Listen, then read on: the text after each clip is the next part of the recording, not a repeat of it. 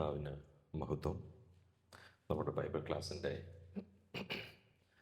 6-ാമത്തെ ദിനത്തിലേക്ക് കർത്താവ് നമ്മളെ കൂട്ടിക്കൊണ്ടുവന്നത് ഓർത്ത് സ്തോത്രം ചെയ്യുന്നു. 6 എന്നുള്ളത് ഒരു ദൈവിക പൂർണ്ണതയുള്ളതാണെന്ന് നമുക്ക് മനസ്സിലാക്കാൻ സാധിക്കുന്നില്ല. അതുകൊണ്ട് നമ്മുടെ ബൈബിൾ ക്ലാസ്സുകൾക്ക് കൺക്ലൂഷൻ 7-ാമത്തെ ക്ലാസ്സിലായിരിക്കും. അത് ദൈവം അനുവദിച്ചാൽ അത് സൺഡേയിലായിരിക്കും. എഫേസ്യ ലേഖനം 4-ാം അധ്യായം 3-ാമത്തെ വാക്യം നമുക്കൊന്ന് വായിക്കാം. സ്നേഹത്തിൽ അന്യോന്യം പൊറുക്കുകയും ആത്മാവിന്റെ ഐക്യത സമാധാന ബന്ധത്തിൽ കാപ്പാൻ ശ്രമിക്കുകയും ചെയ്യും. മതി. നമ്മുടെ ഏറ്റവും വലിയ ഒരു ഉത്തരവാദിത്തമാണ് നമ്മൾ ഇപ്പോൾ വായിച്ചു കേട്ടത്. എഫേഷ്യൻസ് ചാപ്റ്റർ 4 വേഴ്സ് 3 ആണ്.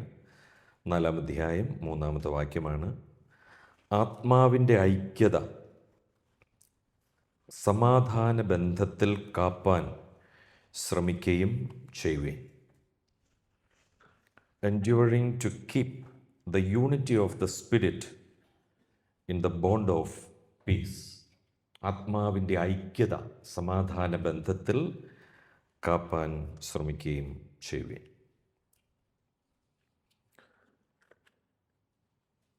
ദൈവസഭയും ദൈവസഭയുടെ ഉത്തരവാദിത്തങ്ങളും എന്നുള്ള വിഷയത്തോടുള്ള ബന്ധത്തിൽ നമുക്ക് വലുതായിട്ടൊന്നും ചിന്തിക്കാനായിട്ടിടയായി തീർന്നിട്ടില്ല. അതിൻ്റെ ഒരു അറ്റത്ത് മാത്രം നമ്മളിങ്ങനെ നിൽക്കുന്നേ ഉള്ളൂ. നമ്മൾ എഫേസ്യ ലേഖനത്തിലും ഫിലിപ്പ് ലേഖനത്തിലും കൊലോസ്യ ലേഖനത്തിലും ഒക്കെ നിന്നിങ്ങനെ കറങ്ങിയാണ്. നമുക്കതിന് വെളിയിലേക്ക് പോകാൻ സാധിച്ചിട്ടില്ല. വെളിയിലേക്ക് പോകാനായിട്ട് നിർവാഹവുമില്ല. അപ്പോൾ ഈ വിഷയം നമ്മളെങ്ങനെ പഠിക്കണം എന്നുള്ളതിൻ്റെ ഒരു ചെറിയ ഒരു രൂപരേഖയെങ്കിലും നമ്മളുടെ മനസ്സിൽ ഒന്ന് ഇംപ്രിൻ്റ് ആയാൽ തീർച്ചയായിട്ടും വരുന്ന നാളുകളിൽ നമ്മുടെ ആത്മീയ ജീവിതത്തിന് ദൈവവചനത്തിലൂടെയുള്ള ആലോചനകൾ അത് അനുഗ്രഹത്തിന് കാരണമായി തീരും എന്നുള്ളതിന് സംശയമൊന്നുമില്ല. ഇന്നലെ നമ്മൾ ചിന്തിച്ചുകൊണ്ടുവന്ന വിഷയത്തിൻ്റെ തുടർമാനം എന്ന വണ്ണം നമ്മൾ മുന്നോട്ട് പോവുകയാണ്. ഈ ഒരു വാക്യത്തെ ചെറിയ തോതിൽ ഞാനൊന്ന് എക്സ്പ്ലെയിൻ ചെയ്തിട്ട് മുന്നോട്ട് പോകാം. പൗലോസ് പറയുന്നത് എൻഡ്യൂറിങ് എന്നുള്ള ഒരു വാക്ക്, അല്ലെങ്കിൽ ശ്രമിക്കണം എന്നല്ല, ശ്രമിക്കുകയും ചെയ്യുവീൻ എന്നാണ്. ശ്രമിക്കുകയും ചെയ്യുവീൻ. അപ്പോൾ ദ്വിതീയാക്ഷരപ്രാസമാണ് അവിടെ. അതായത് ഇരട്ടി ഒരു വാക്കിൻ്റെ അതിന് ഒന്നുകൂടെ ഒന്ന് ഊന്നൽ നൽകിക്കൊണ്ട് അടുത്ത ഒരു വാക്കുകൂടെ പറയുകയാണ്. അപ്പോൾ അത്രയ്ക്ക് അതിന് പ്രാധാന്യമുണ്ട് എന്നുള്ളതാണ്. ശ്രമിക്കണം എന്ന് പറഞ്ഞാൽ മതിയായിരുന്നു. You have to try. ശ്രമിക്കണം. പക്ഷേ ശ്രമിക്കുകയും ചെയ്യുവീൻ എന്ന് പറഞ്ഞാൽ അതിൻ്റെ അർത്ഥം നിങ്ങൾ കഠിനാധ്വാനം ചെയ്യണമെന്നാണ് അതിൻ്റെ അർത്ഥം. നിങ്ങൾ കഠിനാധ്വാനം ചെയ്യണം. അപ്പോൾ ആത്മാവിന് ഒരു ഐക്യതയുണ്ട്. ആത്മാവിനൊരു ഐക്യതയുണ്ട്. അത് നമ്മുടെ കർത്താവിൻ്റെ പ്രാർത്ഥനയിൽ അത് വെളിപ്പെട്ടിട്ടുണ്ട്. കർത്താവിൻ്റെ പ്രസംഗത്തിൽ അത് വെളിപ്പെട്ടിട്ടുണ്ട്. കർത്താവിനെ കണ്ടവർക്കെല്ലാം, കർത്താവിൽ നിന്ന് പഠിച്ചവർക്കെല്ലാം അത് മനസ്സിലായിട്ടുണ്ട്. നമ്മളും അത് മനസ്സിലാക്കാനായിട്ട് ശ്രമിക്കണം. കർത്താവ് പറയുന്നത് ഞാനും പിതാവും ഒന്നായിരിക്കുന്നത് പോലെ, നമ്മളൊന്നായിരിക്കുന്നത് പോലെ ഇവർ എന്നോടൊപ്പം. അപ്പോൾ ആ ഒരു ഐക്യത എന്ന് പറയുന്നത് വളരെ ബലപ്പെട്ടതാണ്. അപ്പോൾ നമുക്ക് ഗോഡ് വേർഡ് മാത്രം പോരാ, ദൈവികമായിട്ട് മാത്രമുള്ള ഐക്യത പോരാ, നമുക്ക് തമ്മിലും ആ ഒരു ഐക്യത വളരെ അത്യാവശ്യമാണ്. അപ്പോൾ എഫേസ്യ ലേഖനം 4-ാം അധ്യായം നിങ്ങൾ പഠിക്കുമ്പോൾ ആ 4-ാം അധ്യായത്തിൽ അതിൻ്റെ നല്ലൊരു വിശദീകരണം നമുക്ക് നൽകപ്പെട്ടിട്ടുണ്ട്. ഞാൻ അതിൻ്റെ ഔട്ട്ലൈൻ ഒന്ന് പറയാം. 4-ാം അധ്യായത്തിൻ്റെ 1 മുതൽ 3 വരെ അപ്പോസ്തലനായ പൗലോസ് പറയുന്നത് കർത്തൃസേവ നിമിത്തമാണ് ഞാൻ ബദ്ധനായിരിക്കുന്നത്. അപ്പോൾ നമ്മുടെ ജീവിതത്തിൽ വരുന്ന കഷ്ടതകളും ശോധനകളും പരീക്ഷകളും പരിശോധനകളും രോഗങ്ങളും പ്രതികൂലങ്ങളും പ്രതിസന്ധികളും ഒക്കെ എന്തുകൊണ്ടാണ് എന്നൊരു ചോദ്യചിഹ്നം നമ്മുടെ മുമ്പിലുണ്ട്. നമുക്ക് തന്നെ അത് മനസ്സിലാക്കാൻ പറ്റാത്ത ചില സന്ദർഭങ്ങളിൽ നമ്മൾ എത്തിപ്പെടാറുണ്ട്. എന്തുകൊണ്ടാണ് എൻ്റെ ജീവിതത്തിൽ ഇങ്ങനെ സംഭവിച്ചത്, അല്ലെങ്കിൽ മറ്റൊരു വ്യക്തിയുടെ ജീവിതത്തിൽ എന്തുകൊണ്ടാണ് അത് സംഭവിച്ചത്? അപ്പോസ്തലനായ പൗലോസിൻ്റെ ജീവിതത്തിൽ സംഭവിച്ച ഓരോ കാര്യങ്ങൾക്കും നമ്മളൊന്ന് പരിശോധിച്ചാൽ പൗലോസ് അത് വളരെ വ്യക്തമായിട്ട് ആൻസർ തരുന്നുണ്ട്. എന്തിനാണ് എനിക്കിത് സംഭവിച്ചത്? പൗലോസ് ഇവിടെയും പറയുന്നു, ഞാൻ കർത്തൃസേവ നിമിത്തമാണ് ഞാൻ ബദ്ധനായിരിക്കുന്നത്. പൗലോസ് കാരാഗ്രഹത്തിൽ കിടന്നപ്പോൾ അല്ലെങ്കിൽ പ്രയാസം അനുഭവിച്ചപ്പോഴൊക്കെ തനിക്ക് ശത്രുക്കളുണ്ടായിരുന്നു. തീർച്ചയായിട്ടും ആത്മാർത്ഥമായിട്ട് നമ്മൾ കർത്താവിൻ്റെ വേലയിലായിരിക്കുമ്പോൾ തീർച്ചയായിട്ടും നമുക്ക് പ്രതികൂലങ്ങളും പ്രതിസന്ധികളും ശത്രുക്കളും ഒക്കെ നമുക്കുണ്ടാകാനായിട്ടുള്ള സാധ്യതയുണ്ട്. അപ്പോൾ അപ്പോസ്തലനായ പൗലോസ് കഷ്ടം അനുഭവിച്ചപ്പോൾ എന്തുകൊണ്ട് ഇത് വന്നു എന്നുള്ളത് മറ്റുള്ളവർ പറഞ്ഞത് ദൈവവചനത്തിൽ രേഖപ്പെടുത്തിയിട്ടുണ്ട്. ഇനിയും ഫിലിപ്പ് ലേഖനത്തിൽ പൗലോസ് പറയുന്നത് ഇങ്ങനെയാണ്, ചിലർ ക്രിസ്തുവിനെ പ്രസംഗിക്കുന്നത് അസൂയ നിമിത്തമാണ്. അസൂയ നിമിത്തമാണ് ക്രിസ്തുവിനെ പ്രസംഗിക്കുന്നത്. എന്തുകൊണ്ട് അവർ അസൂയ നിമിത്തം പ്രസംഗിക്കുന്നത്? ഞങ്ങൾ തടവിലിരിക്കുമ്പോൾ അവർ പ്രസംഗിക്കുന്നത് ഞങ്ങൾക്ക് ശിക്ഷ ഒന്നുകൂടെ കൂട്ടിക്കിട്ടുന്നതിന് വേണ്ടിയാണ്. ഒന്ന് മനസ്സിലാക്കി നോക്കുക. ഇത് ദൈവസഭയിൽ ഇന്ന് നമുക്കിത് കാണാനായിട്ട് സാധിക്കും. നമ്മൾ ചില കാര്യങ്ങൾ ആത്മീകമായിട്ട് തീവ്രതയോടെ എരിവോടെ ചെയ്യുന്നത് കർത്താവിൻ്റെ ദാസന്മാർക്ക് ഒരു പ്രയാസമുണ്ടാക്കുന്നതിന് വേണ്ടിയാണ്. ഇത് നമ്മൾ മനസ്സിലാക്കണം. അതുകൊണ്ട് അപ്പോസ്തലനായ പൗലോസ് വളരെ വ്യക്തമായിട്ട് പറയുകയാണ്, എന്തിനാണ് ഞാൻ ഇങ്ങനെ കഷ്ടം അനുഭവിക്കുന്നത്, ഞാൻ ഇങ്ങനെ വേദന അനുഭവിക്കുന്നത്. തനിക്ക് ജഡത്തിലൊരു ശൂലമുണ്ടായിരുന്നു. അതായത് കർത്താവിൻ്റെ വേലയോടുള്ള ബന്ധത്തിൽ താൻ ഇറങ്ങിത്തിരിച്ച സമയം മുതൽ ഒരിക്കലും ദൈവം മാറ്റിക്കൊടുക്കാത്ത ഒരു പ്രയാസം, ഒരു കഷ്ടത തൻ്റെ ജീവിതത്തിലുണ്ടായിരുന്നു. അതെന്തിനാണെന്ന് തനിക്ക് തുറന്നു പറയുന്നതിന് യാതൊരു മടിയുമില്ല. ഞാൻ അതിയായി നെകളിച്ചു പോകാതിരിക്കാൻ ദൈവം എനിക്ക് എന്ത് തന്നിരിക്കുക? ഒരു ശൂലം തന്നിരിക്കുക. എന്നെ കുത്തേണ്ടതിന് സാത്താൻ്റെ ഒരു ദൂതനെ തന്നെ എന്നോടൊപ്പം തന്നിരിക്കുകയാണ്. അപ്പോൾ ഞാൻ അതിയായി നിഗളിച്ച് പോകാതിരിക്കുവാൻ, അല്ലെങ്കിൽ ഞാൻ ആയിരിക്കുന്നതിന് മീതെ ആയിരിക്കുവാൻ, അതായത് ഞാൻ ഉള്ളതിൽ ഞാൻ എന്തായിരിക്കുന്നോ അതിനപ്പുറമായിട്ട് നിങ്ങൾ എന്നെക്കുറിച്ച് വിചാരിക്കാനായിട്ട് പാടില്ല.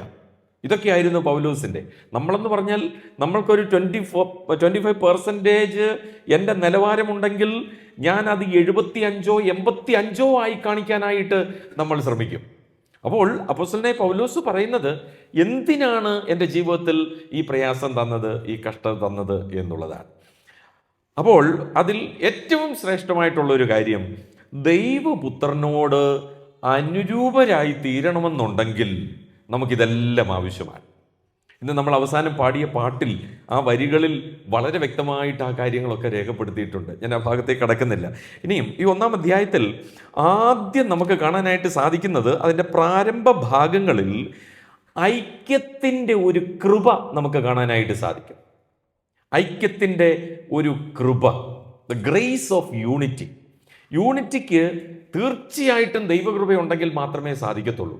അപ്പോൾ ദൈവകൃപ ഉണ്ട് എങ്കിൽ അവിടെ ഐക്യത ഉണ്ടായിരിക്കുമെന്നുള്ളതിന് യാതൊരു സംശയവുമില്ല. നമ്മളുടെ ഇടയിൽ ഐക്യതയില്ലെങ്കിൽ, ദൈവസഭയോടുള്ള ബന്ധത്തിൽ ഐക്യതയില്ലെങ്കിൽ അവിടെ നമ്മളിൽ നിന്ന് ദൈവകൃപ നഷ്ടപ്പെട്ടു എന്നാണ് അതിൻ്റെ അർത്ഥം. അപ്പോൾ നമ്മൾ ദൈവകൃപയിൽ ആയിരിക്കുവാനായിട്ട് നമ്മൾ ശ്രമിക്കണം. എങ്ങനെ ദൈവകൃപയിൽ ആയിരിക്കാൻ സാധിക്കും? ഇത്ര മാത്രമേ ഉള്ളൂ, കർത്താവായ യേശുക്രിസ്തുവിൻ്റെ കൃപയിൽ ശക്തിപ്പെടണം. യേശുക്രിസ്തുവിൻ്റെ കൃപയിൽ നമ്മൾ ശക്തിപ്പെടണം. എങ്ങനെയാണത് യേശുക്രിസ്തുവിൻ്റെ കൃപ എന്ന് പറയുന്നത്? അത് അനുസരണത്തിൻ്റെയും താഴ്മയുടെയും കൃപയായിരുന്നു. അത് നമുക്കും വേണം.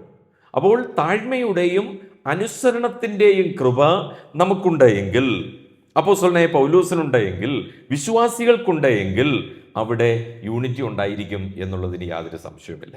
അപ്പോൾ നമുക്ക് ദൈവകൃപ ആവശ്യമാണ്. രണ്ടാമത്തെ ഭാഗം പറയുന്നത്, ഐക്യത്തിന് ഒരു ഗ്രൗണ്ട് ഉണ്ടായിരിക്കണം, ഒരു പ്രതലം ഉണ്ടായിരിക്കണം. അപ്പോസ്തലനായ പൗലോസ് പറയുകയാണ്, അവിടെ ഒത്തിരി കാര്യങ്ങൾ പറയുന്നുണ്ട്. ഒന്ന്, ഒരു ശരീരം, ഒരാത്മാവ്, ഏക പ്രത്യാശയ്ക്കായുള്ള വിളി, കർത്താവ് ഒരുവൻ, വിശ്വാസം ഒന്ന്, സ്നാനം ഒന്ന്, ദൈവവും പിതാവുമായവൻ ഒരുവൻ. ഈ കാര്യങ്ങളെല്ലാം പറഞ്ഞിരിക്കുന്നത് ഈ പ്രതലത്തിൽ, ഒന്ന് എന്നുള്ള പ്രതലത്തിൽ നിന്നുകൊണ്ടായിരിക്കണം നമ്മളുടെ പ്രവർത്തനം. നമ്മൾ പലരാണെങ്കിലും പല ശരീരമാണെങ്കിലും കൃപാവരത്തിന് വ്യത്യാസമുണ്ടെങ്കിലും ഒന്ന്, ഐക്യത, ആ യൂണിറ്റി എന്നുള്ള, ഒന്ന് എന്നുള്ള പ്രതലത്തിലായിരിക്കണം നമ്മൾ പ്രവർത്തിക്കുന്നത്. എന്നാൽ മാത്രമേ നമുക്ക് ദൈവകൃപയിൽ നിലനിൽക്കാനായിട്ട് സാധിക്കത്തുള്ളൂ. തുടർന്ന് പറയുകയാണ്, 7 മുതൽ 11 വരെയുള്ള വാക്യങ്ങളിൽ ഐക്യതയ്ക്ക് വേണ്ടി ദൈവം കൊടുത്തിരിക്കുന്ന കൃപാവരങ്ങൾ, ഐക്യതയ്ക്ക് വേണ്ടി ദൈവം കൊടുത്തിരിക്കുന്ന കൃപാവരങ്ങൾ, 5 കൃപാവരങ്ങളെ കുറിച്ച് അവിടെ നമ്മൾ വായിക്കുന്നു. അപ്പോൾ 1 കൊരിന്ത്യർ 12-ാം അധ്യായത്തിലും റോമാലേഖനം 12-ാം അധ്യായത്തിലും അതുപോലെ തന്നെ 1 പത്രോസ് 4-ാം അധ്യായത്തിലും എഫേസ്യ ലേഖനം 4-ാം അധ്യായത്തിലും കൃപാവരങ്ങളെ കുറിച്ച് പറഞ്ഞിട്ടുണ്ട്. ഈ 4 ഭാഗങ്ങളിലും പറഞ്ഞിരിക്കുന്ന കൃപാവരങ്ങൾ ഈ എഫേസ്യ ലേഖനം 4-ാം അധ്യായത്തിൽ പറഞ്ഞിരിക്കുന്ന കൃപാവരവുമായിട്ട് ഒരു വലിയ വ്യത്യാസമുണ്ട്. മറ്റ് ഭാഗങ്ങളിൽ പറഞ്ഞിരിക്കുന്നതെല്ലാം കൃപാവരങ്ങളാണ്. എന്നാൽ ഈ 4-ാം അധ്യായത്തിൽ പറഞ്ഞിരിക്കുന്നത് വ്യക്തികളാണ്. മനസ്സിലായല്ലോ? കൃപാവരം എന്ന് പറയുന്നത് ഓരോ പേഴ്സണാണ്, വ്യക്തിയാണ്. സുവിശേഷകൻ അതൊരു ദൈവകൃപയാണ്. ആ വ്യക്തി മൂപ്പൻ അതൊരു ദൈവകൃപയാണ്. അതുപോലെ തന്നെ ദൈവവചനം പഠിപ്പിക്കാൻ ഉള്ളയാൾ അതൊരു ദൈവകൃപയാണ്. അപ്പോൾ ദൈവസഭ ഐക്യതയോടെ പോകാൻ വേണ്ടി ചില വ്യക്തികളെ ദൈവം നമുക്ക് തന്നിട്ടുണ്ട്. അപ്പോൾ ഈ മേഖലയിൽ അല്ലെങ്കിൽ ദൈവം നമുക്ക് കൃപ തന്ന് ഈ ഒരു പൊസിഷനിലേക്ക് ദൈവം നമ്മളെ കൊണ്ടുവരുമ്പോൾ ഒരൊറ്റ ഉദ്ദേശം മാത്രമേ ഉള്ളൂ: ദൈവസഭയുടെ ഐക്യത, ഐക്യതയ്ക്കായുള്ള കൃപാവരങ്ങൾ. അപ്പോൾ നമ്മൾ തിരിച്ചറിയണം. അപ്പോൾ ആരാണ് ഇങ്ങനെയുള്ള വ്യക്തികളെന്ന് ഞാൻ തിരിച്ചറിഞ്ഞ് അവരോട് ശരിയായ നിലയിൽ ഞാൻ പ്രതികരിക്കുമ്പോൾ ദൈവസഭ ഐക്യതയോടെ വളരുവാനായിട്ട് ഇടയായിത്തീരും. അപ്പം അങ്ങനെ ഐക്യതയോടെ വളർന്നേ പറ്റുകയുള്ളൂ. അപ്പോൾ ഈ കൃപാവരങ്ങളോട്, ഈ വ്യക്തികളോട് നമുക്കുള്ള പ്രതികരണം എങ്ങനെയായിരിക്കണം അത് ഞാൻ പറയാം. അത് കഴിഞ്ഞിട്ട് ഏറ്റവും ഒടുവിൽ അപ്പോസ്തലനായ പൗലോസ് 12 മുതൽ 16 വരെയുള്ള വാക്യങ്ങളിൽ പറഞ്ഞിരിക്കുന്നത് ഐക്യത്തിൻ്റെ വളർച്ചയാണ്, ഗ്രോത്ത്. ഐക്യത്തിൻ്റെ ഒരു വളർച്ച. എങ്ങനെ ഇത് ഐക്യമായിട്ട് വളരാനായിട്ട് സാധിക്കും, ക്രിസ്തുവെന്ന തലയോളം വളരാനായിട്ട് സാധിക്കും, എങ്ങനെ പുരുഷത്വം പ്രാപിക്കാനായിട്ട് സാധിക്കും എന്നാണ് അപ്പോസ്തലനായ പൗലോസ് പറയുന്നത്. ഇനി ഈ വളർച്ച എങ്ങനെയായിരിക്കണമെന്ന് അപ്പോസ്തലനായ പൗലോസ് പറയുന്നുണ്ട്. ഇന്നെല്ലാം ഞാനെല്ലാം അക്കമിട്ട് പറഞ്ഞ് മുന്നോട്ട് പോവുകയാണ്. എല്ലാം ഞാനൊന്ന് വിശദീകരിക്കാനായിട്ട് എൻ്റെ മുമ്പാകെ സമയമില്ല. അപ്പോൾ ഈ എഫേസ്യ ലേഖനത്തിൽ തന്നെ ഈ വളർച്ച എങ്ങനെയായിരിക്കണമെന്ന് 3 വാക്യങ്ങളിൽ അപ്പോസ്തലനായ പൗലോസ് വളരെ വ്യക്തമായിട്ട് പറയുകയാണ്. ഒന്ന്, എഫേസ്യ ലേഖനം 4-ാം അധ്യായം 15-ാമത്തെ വാക്യമാണ്. എഫേസ്യ ലേഖനം 4-ാം അധ്യായം വായിക്കേണ്ട. എഫേസ്യ ലേഖനം 4-ാം അധ്യായം 15-ാമത്തെ വാക്യം. ആ വളർച്ച ഉയരത്തിലേക്കായിരിക്കണം, ഉയരത്തിലേക്കുള്ള വളർച്ചയാണ്. അപ്പോൾ ഉയരത്തിലുള്ളത് ചിന്തിക്കണമെന്ന് കൊലോസ്യർക്ക് എഴുതിയ ലേഖനത്തിൽ പൗലോസ് പറയുന്നുണ്ട്. അപ്പോൾ നമ്മളുടെ വളർച്ചയെന്ന് പറയുന്നത് ഉയരത്തിലേക്കുള്ളതായിരിക്കണം, ഉയരത്തിലുള്ളതിലുള്ള വളർച്ചയായിരിക്കണം നമ്മുടെ വളർച്ച. രണ്ടാമത്തെ കാര്യം എഫേസ്യ ലേഖനം 3-ാം അധ്യായം 16-ാമത്തെ വാക്യത്തിലാണ്. 3:16, 3:16. അവിടെ പറയുന്നത് ആഴത്തിലേക്കുള്ള ഒരു വളർച്ചയായിരിക്കണം, ഡെപ്തിലായിരിക്കണം നമ്മളുടെ വളർച്ച. അപ്പോൾ നമ്മളെല്ലാവരും ആത്മീകമായിട്ട് അല്ലെങ്കിൽ വളരുന്നവരാണ്. അപ്പോൾ ഈ പക്വതയിലേക്ക് വളരണമെങ്കിൽ നമ്മൾ ഉയരത്തിലേക്ക് വളരണം, ദൈവപുത്രനിലെ അതല്ലെങ്കിൽ ക്രിസ്തുവെന്ന തലയോളം വളരുവാനായിട്ട് ഇടയായിത്തീരണം. അത് കഴിഞ്ഞിട്ട് പൗലോസ് പറയുന്നു, അത് ആഴത്തിലേക്ക്, ആഴമുള്ള വളർച്ചയായിരിക്കണം. ആഴമുള്ള വളർച്ച അല്ലെങ്കിൽ നമ്മളിൽ പിശാച് കടന്നുകൂടാനായിട്ടുള്ള സാധ്യതയുണ്ട്. എങ്ങനെ കടന്നുകൂടും? ഈ ആഴത്തിലേക്കുള്ള വളർച്ച കൊലോസ്യ ലേഖനത്തിൽ പറയുന്നുണ്ട്, ആഴത്തിൽ വേരൂന്നണം, ആഴത്തിൽ വേരൂന്നണം. അപ്പോൾ ആ ക്രിസ്തുവെന്ന ദൈവമർമ്മത്തിൻ്റെ ആഴത്തിലേക്ക് വേരൂന്നി നിൽക്കാനായിട്ട് നമുക്കിടയായി തീരണം. അല്ലെങ്കിൽ പിശാച് നമ്മുടെ ജീവിതത്തിൽ പ്രവർത്തിക്കാനായിട്ടുള്ള സാധ്യതയുണ്ട്. അപ്പോസ്തലനായ പൗലോസ് അപ്പോസ്തല പ്രവൃത്തി 20-ാം അധ്യായത്തിൽ ഇന്നലെ നമ്മൾ ചിന്തിച്ച അതിലെ ഒരു വാക്യത്തിലെ പ്രയോഗം ഇങ്ങനെയാണ്: ഞാൻ പോയ ശേഷം. ആ വാക്യം ഒന്ന് ശ്രദ്ധിച്ചു നോക്കിക്കേ. ഞാൻ പോയ ശേഷം. അതൊക്കെ നിങ്ങൾ അണ്ടർലൈൻ ചെയ്യേണ്ട വാക്യങ്ങളാണ്. എന്ന് പറഞ്ഞാൽ അതിൻ്റെ അർത്ഥം 2 അർത്ഥമാണ്. ഒന്ന്, ഞാൻ ഈ പ്രദേശത്ത് നിന്ന് പോയ ശേഷം, ഈ സ്ഥലം സഭയിൽ നിന്ന് പോയ ശേഷം. രണ്ടാമത്തെ അർത്ഥം, ഞാൻ ഈ ഭൂമിയിൽ നിന്ന് മാറ്റപ്പെട്ടതിന് ശേഷം. ഈ 2 കാര്യങ്ങൾ, ഒന്ന് ഞാൻ ഇവിടെ നിന്ന് മാറിയാൽ, 2 ഞാൻ ഈ ഭൂമിയിൽ നിന്ന് മാറ്റപ്പെട്ടാൽ, ഞാൻ പോയ ശേഷം. അത് നമുക്ക് പഴയ നിയമത്തിൽ അനേക ഉദാഹരണങ്ങൾ നമുക്ക് കാണാനായിട്ട് സാധിക്കുന്നുണ്ട്. പഴയ നിയമ ഉൽപ്പത്തി പുസ്തകത്തിൽ അനേക കിണറുകൾ മണ്ണിട്ട് മൂടിയതായിട്ട് നമ്മൾ വായിക്കുന്നു. ആ കിണറുകൾക്ക് ഒരു പ്രത്യേകത ഉണ്ടായിരുന്നു. അബ്രഹാമിൻ്റെ കാലത്ത് കുഴിച്ചതും അബ്രഹാമിൻ്റെ കാലശേഷം ഫിലിസ്തീന് വന്ന് അതെന്ത് ചെയ്തു? മണ്ണിട്ട് മൂടി. എന്താ അബ്രഹാമിൻ്റെ കാലത്ത് അവർ മണ്ണിട്ട് മൂടാഞ്ഞേ? എന്തിനാ അബ്രഹാം കിണർ കുഴിച്ചത്? അബ്രഹാം കിണർ കുഴിച്ചതിനൊരു ഉദ്ദേശമുണ്ടായിരുന്നു. പക്ഷെങ്കിൽ അബ്രഹാമിൻ്റെ കാലശേഷമാണ് അവരത് മണ്ണിട്ട്, അല്ലെങ്കിൽ ശത്രുക്കൾ മണ്ണിട്ട് മൂടുവാനായിട്ട് ഇടയായി തീർന്നത്. എന്താ അതിൻ്റെ കാരണം? ഭൗതികമായിട്ടാണല്ലോ പഴയ നിയമത്തിൽ നമ്മൾ ചിന്തിച്ചുകൊണ്ടിരിക്കുന്നത്. അബ്രഹാമിൻ്റെ വീട്ടിൽ തന്നെ 318 അഭ്യാസികളായിട്ടുള്ള ആളുകൾ ഉണ്ടായിരുന്നു. എന്ന് പറഞ്ഞാൽ അതിനെ എതിരിടുവാൻ, അല്ലെങ്കിൽ അതിന് ആരൊക്കെ ശത്രുക്കൾ വരുന്നുണ്ടോ അവരെ എതിരിടുവാൻ, പോരാടുവാൻ കഴിവുള്ള ആളുകൾ അബ്രഹാമിൻ്റെ ഭവനത്തിൽ തന്നെ ഉണ്ടായിരുന്നു. ഇന്ന് ദൈവസഭയെ താറുമാറാക്കുവാൻ, അല്ലെങ്കിൽ ദൈവവചനത്തിൻ്റെ യഥാർത്ഥമായിട്ടുള്ള നീരുറവിയിൽ നിന്ന് അനുഭവം ഉൾക്കൊള്ളുവാൻ സാധിക്കാത്ത നിലയിൽ ശത്രുക്കൾ പ്രവർത്തിക്കുമ്പോൾ, എൻ്റെ പ്രിയമുള്ളവരെ, നമ്മൾ എന്തുകൊണ്ട് തളടിയായി പോകുന്നു എന്ന് ചോദിച്ചാൽ, നമ്മൾ ഒരു പുതിയ തലമുറയെ വാർത്തെടുക്കുന്നില്ല എന്നുള്ളതാണ്. ഇനിയും അബ്രഹാമിൻ്റെ കാലശേഷം ഇസഹാക്കിൻ്റെ കാലമായി. ഇസഹാക്ക് ചെയ്ത ഒരു ജോലിയുണ്ട്. എന്ത് ചെയ്തത്? ഫിലിസ്തീർ മണ്ണിട്ട് മൂടിയ കിണറുകളൊക്കെ ഇസഹാക്ക് എന്ത് ചെയ്തു? അത് റീഡിങ് ചെയ്യൂ എന്ന് വായിക്കുന്നുണ്ട്. പിന്നെയും കുഴിച്ചു എന്ന് വായിക്കുന്നുണ്ട്. എന്തിനാ താനത് പിന്നെയും കുഴിച്ചത്? അതേ കിണറുകൾ അത് പിന്നെയും കുഴിച്ചപ്പോൾ ശത്രുക്കൾ പിന്നെയും വന്ന് ആക്രമിച്ചു എന്ന് വായിക്കുന്നുണ്ട്. ഏറ്റവും ഒടുവിൽ താനൊരു കിണർ കുഴിച്ചു, അപ്പോൾ ശത്രുക്കൾ വന്നില്ല. ഇനിയും അതൊന്നുമല്ല ഇവിടുത്തെ വിഷയമെന്ന് പറയുന്നത്. നമ്മുടെ കർത്താവായ യേശു ക്രിസ്തു യോഹന്നാന്റെ സുവിശേഷം 4-ാം അധ്യായത്തിൽ താൻ ശമര്യയിലൂടെ കടന്നു പോകേണ്ടി വന്നു. തനിക്ക് ദാഹിച്ചു. താൻ ഒരു കിണറിൻ്റെ അരികിൽ ഇരിക്കുകയാണ്. ശമരിയ സ്ത്രീ വെള്ളം കോരാനായിട്ട് വന്നു. അവൾ പറഞ്ഞ ഒരു വാക്കുണ്ട്, ഈ കിണർ വളരെ ആഴമുള്ളതാണ്. വായിച്ചിട്ടില്ലേ? ഈ കിണർ വളരെ ആഴമുള്ളതാണ്. ഇതാരുടെ കിണറാണെന്നറിയാമോ? ഇതാരുടെ കിണറാണ്? ഇബ്രാഹിമിൻ്റെ ആണോ? ഇസ്ഹാക്കിൻ്റെ ആണോ? അല്ല, ഇത് യാക്കോബിൻ്റെ കിണറാണ്. ഇത് യാക്കോബിൻ്റെ കിണറാണ്. എൻ്റെ പ്രിയമുള്ളവരെ, ഇത് തലമുറകളായിട്ട് കൈമാറണം. ഈ നീരുറവ, ഈ ദൈവത്തിൻ്റെ വചനം, ഈ ജീവന്റെ വചനം, ഈ ജീവജലം നമ്മൾ തലമുറകളായിട്ട് നമ്മൾ കൈമാറണം. പ്രിയമുള്ളവരെ, ദൈവസഭയുടെ ഏറ്റവും വലിയ ഒരു ഉദ്ദേശമാണ് ഈ ദൈവത്തിൻ്റെ വചനം പുതിയ തലമുറയ്ക്ക് കൈമാറുക. ഈ ദീപശിവ നമ്മുടെ തലമുറയ്ക്ക് കൈമാറുക. ഞാൻ പോയ ശേഷം, അല്ലെങ്കിൽ നമ്മൾ ഈ ഭൂമിയിൽ നിന്ന് മാറ്റപ്പെടുമ്പോൾ പുതിയൊരു തലമുറ ഈ ദൈവവചനത്തിൻ്റെ ശുശ്രൂഷകന്മാരായിട്ട് ഇല്ലാതെ പോകരുത്. നമ്മളിന്ന് ഭയപ്പെടുന്ന ഒരു കാര്യമാണ്, നമ്മുടെ തലമുറകൾ ഈ ദൈവവചനത്തിൻ്റെ സത്യത്തിൽ നിലനിൽക്കുന്നില്ല. ഈ ഉപദേശ സത്യത്തിന് വേണ്ടി അവർ നിലനിൽക്കുന്നില്ല.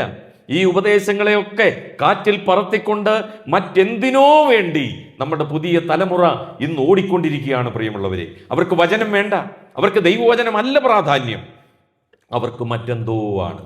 എന്താ കാരണം? നമ്മൾ ശത്രുക്കളെ അനുവദിച്ചു എന്നുള്ളതാണ്. ഇത് മണ്ണിട്ട് മൂടുവാൻ എങ്ങനെയാ അത് ശത്രുക്കളെ അനുവദിച്ചേ? ഒന്ന്, എൻ്റെ ജീവിതത്തിൽ പിശാചിനിടം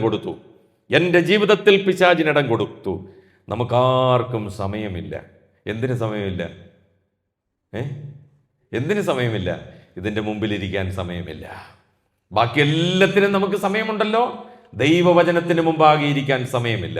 ഇത് കണ്ടെത്തി ഭക്ഷിക്കാൻ എൻ്റെ മുമ്പാകെ സമയമില്ല.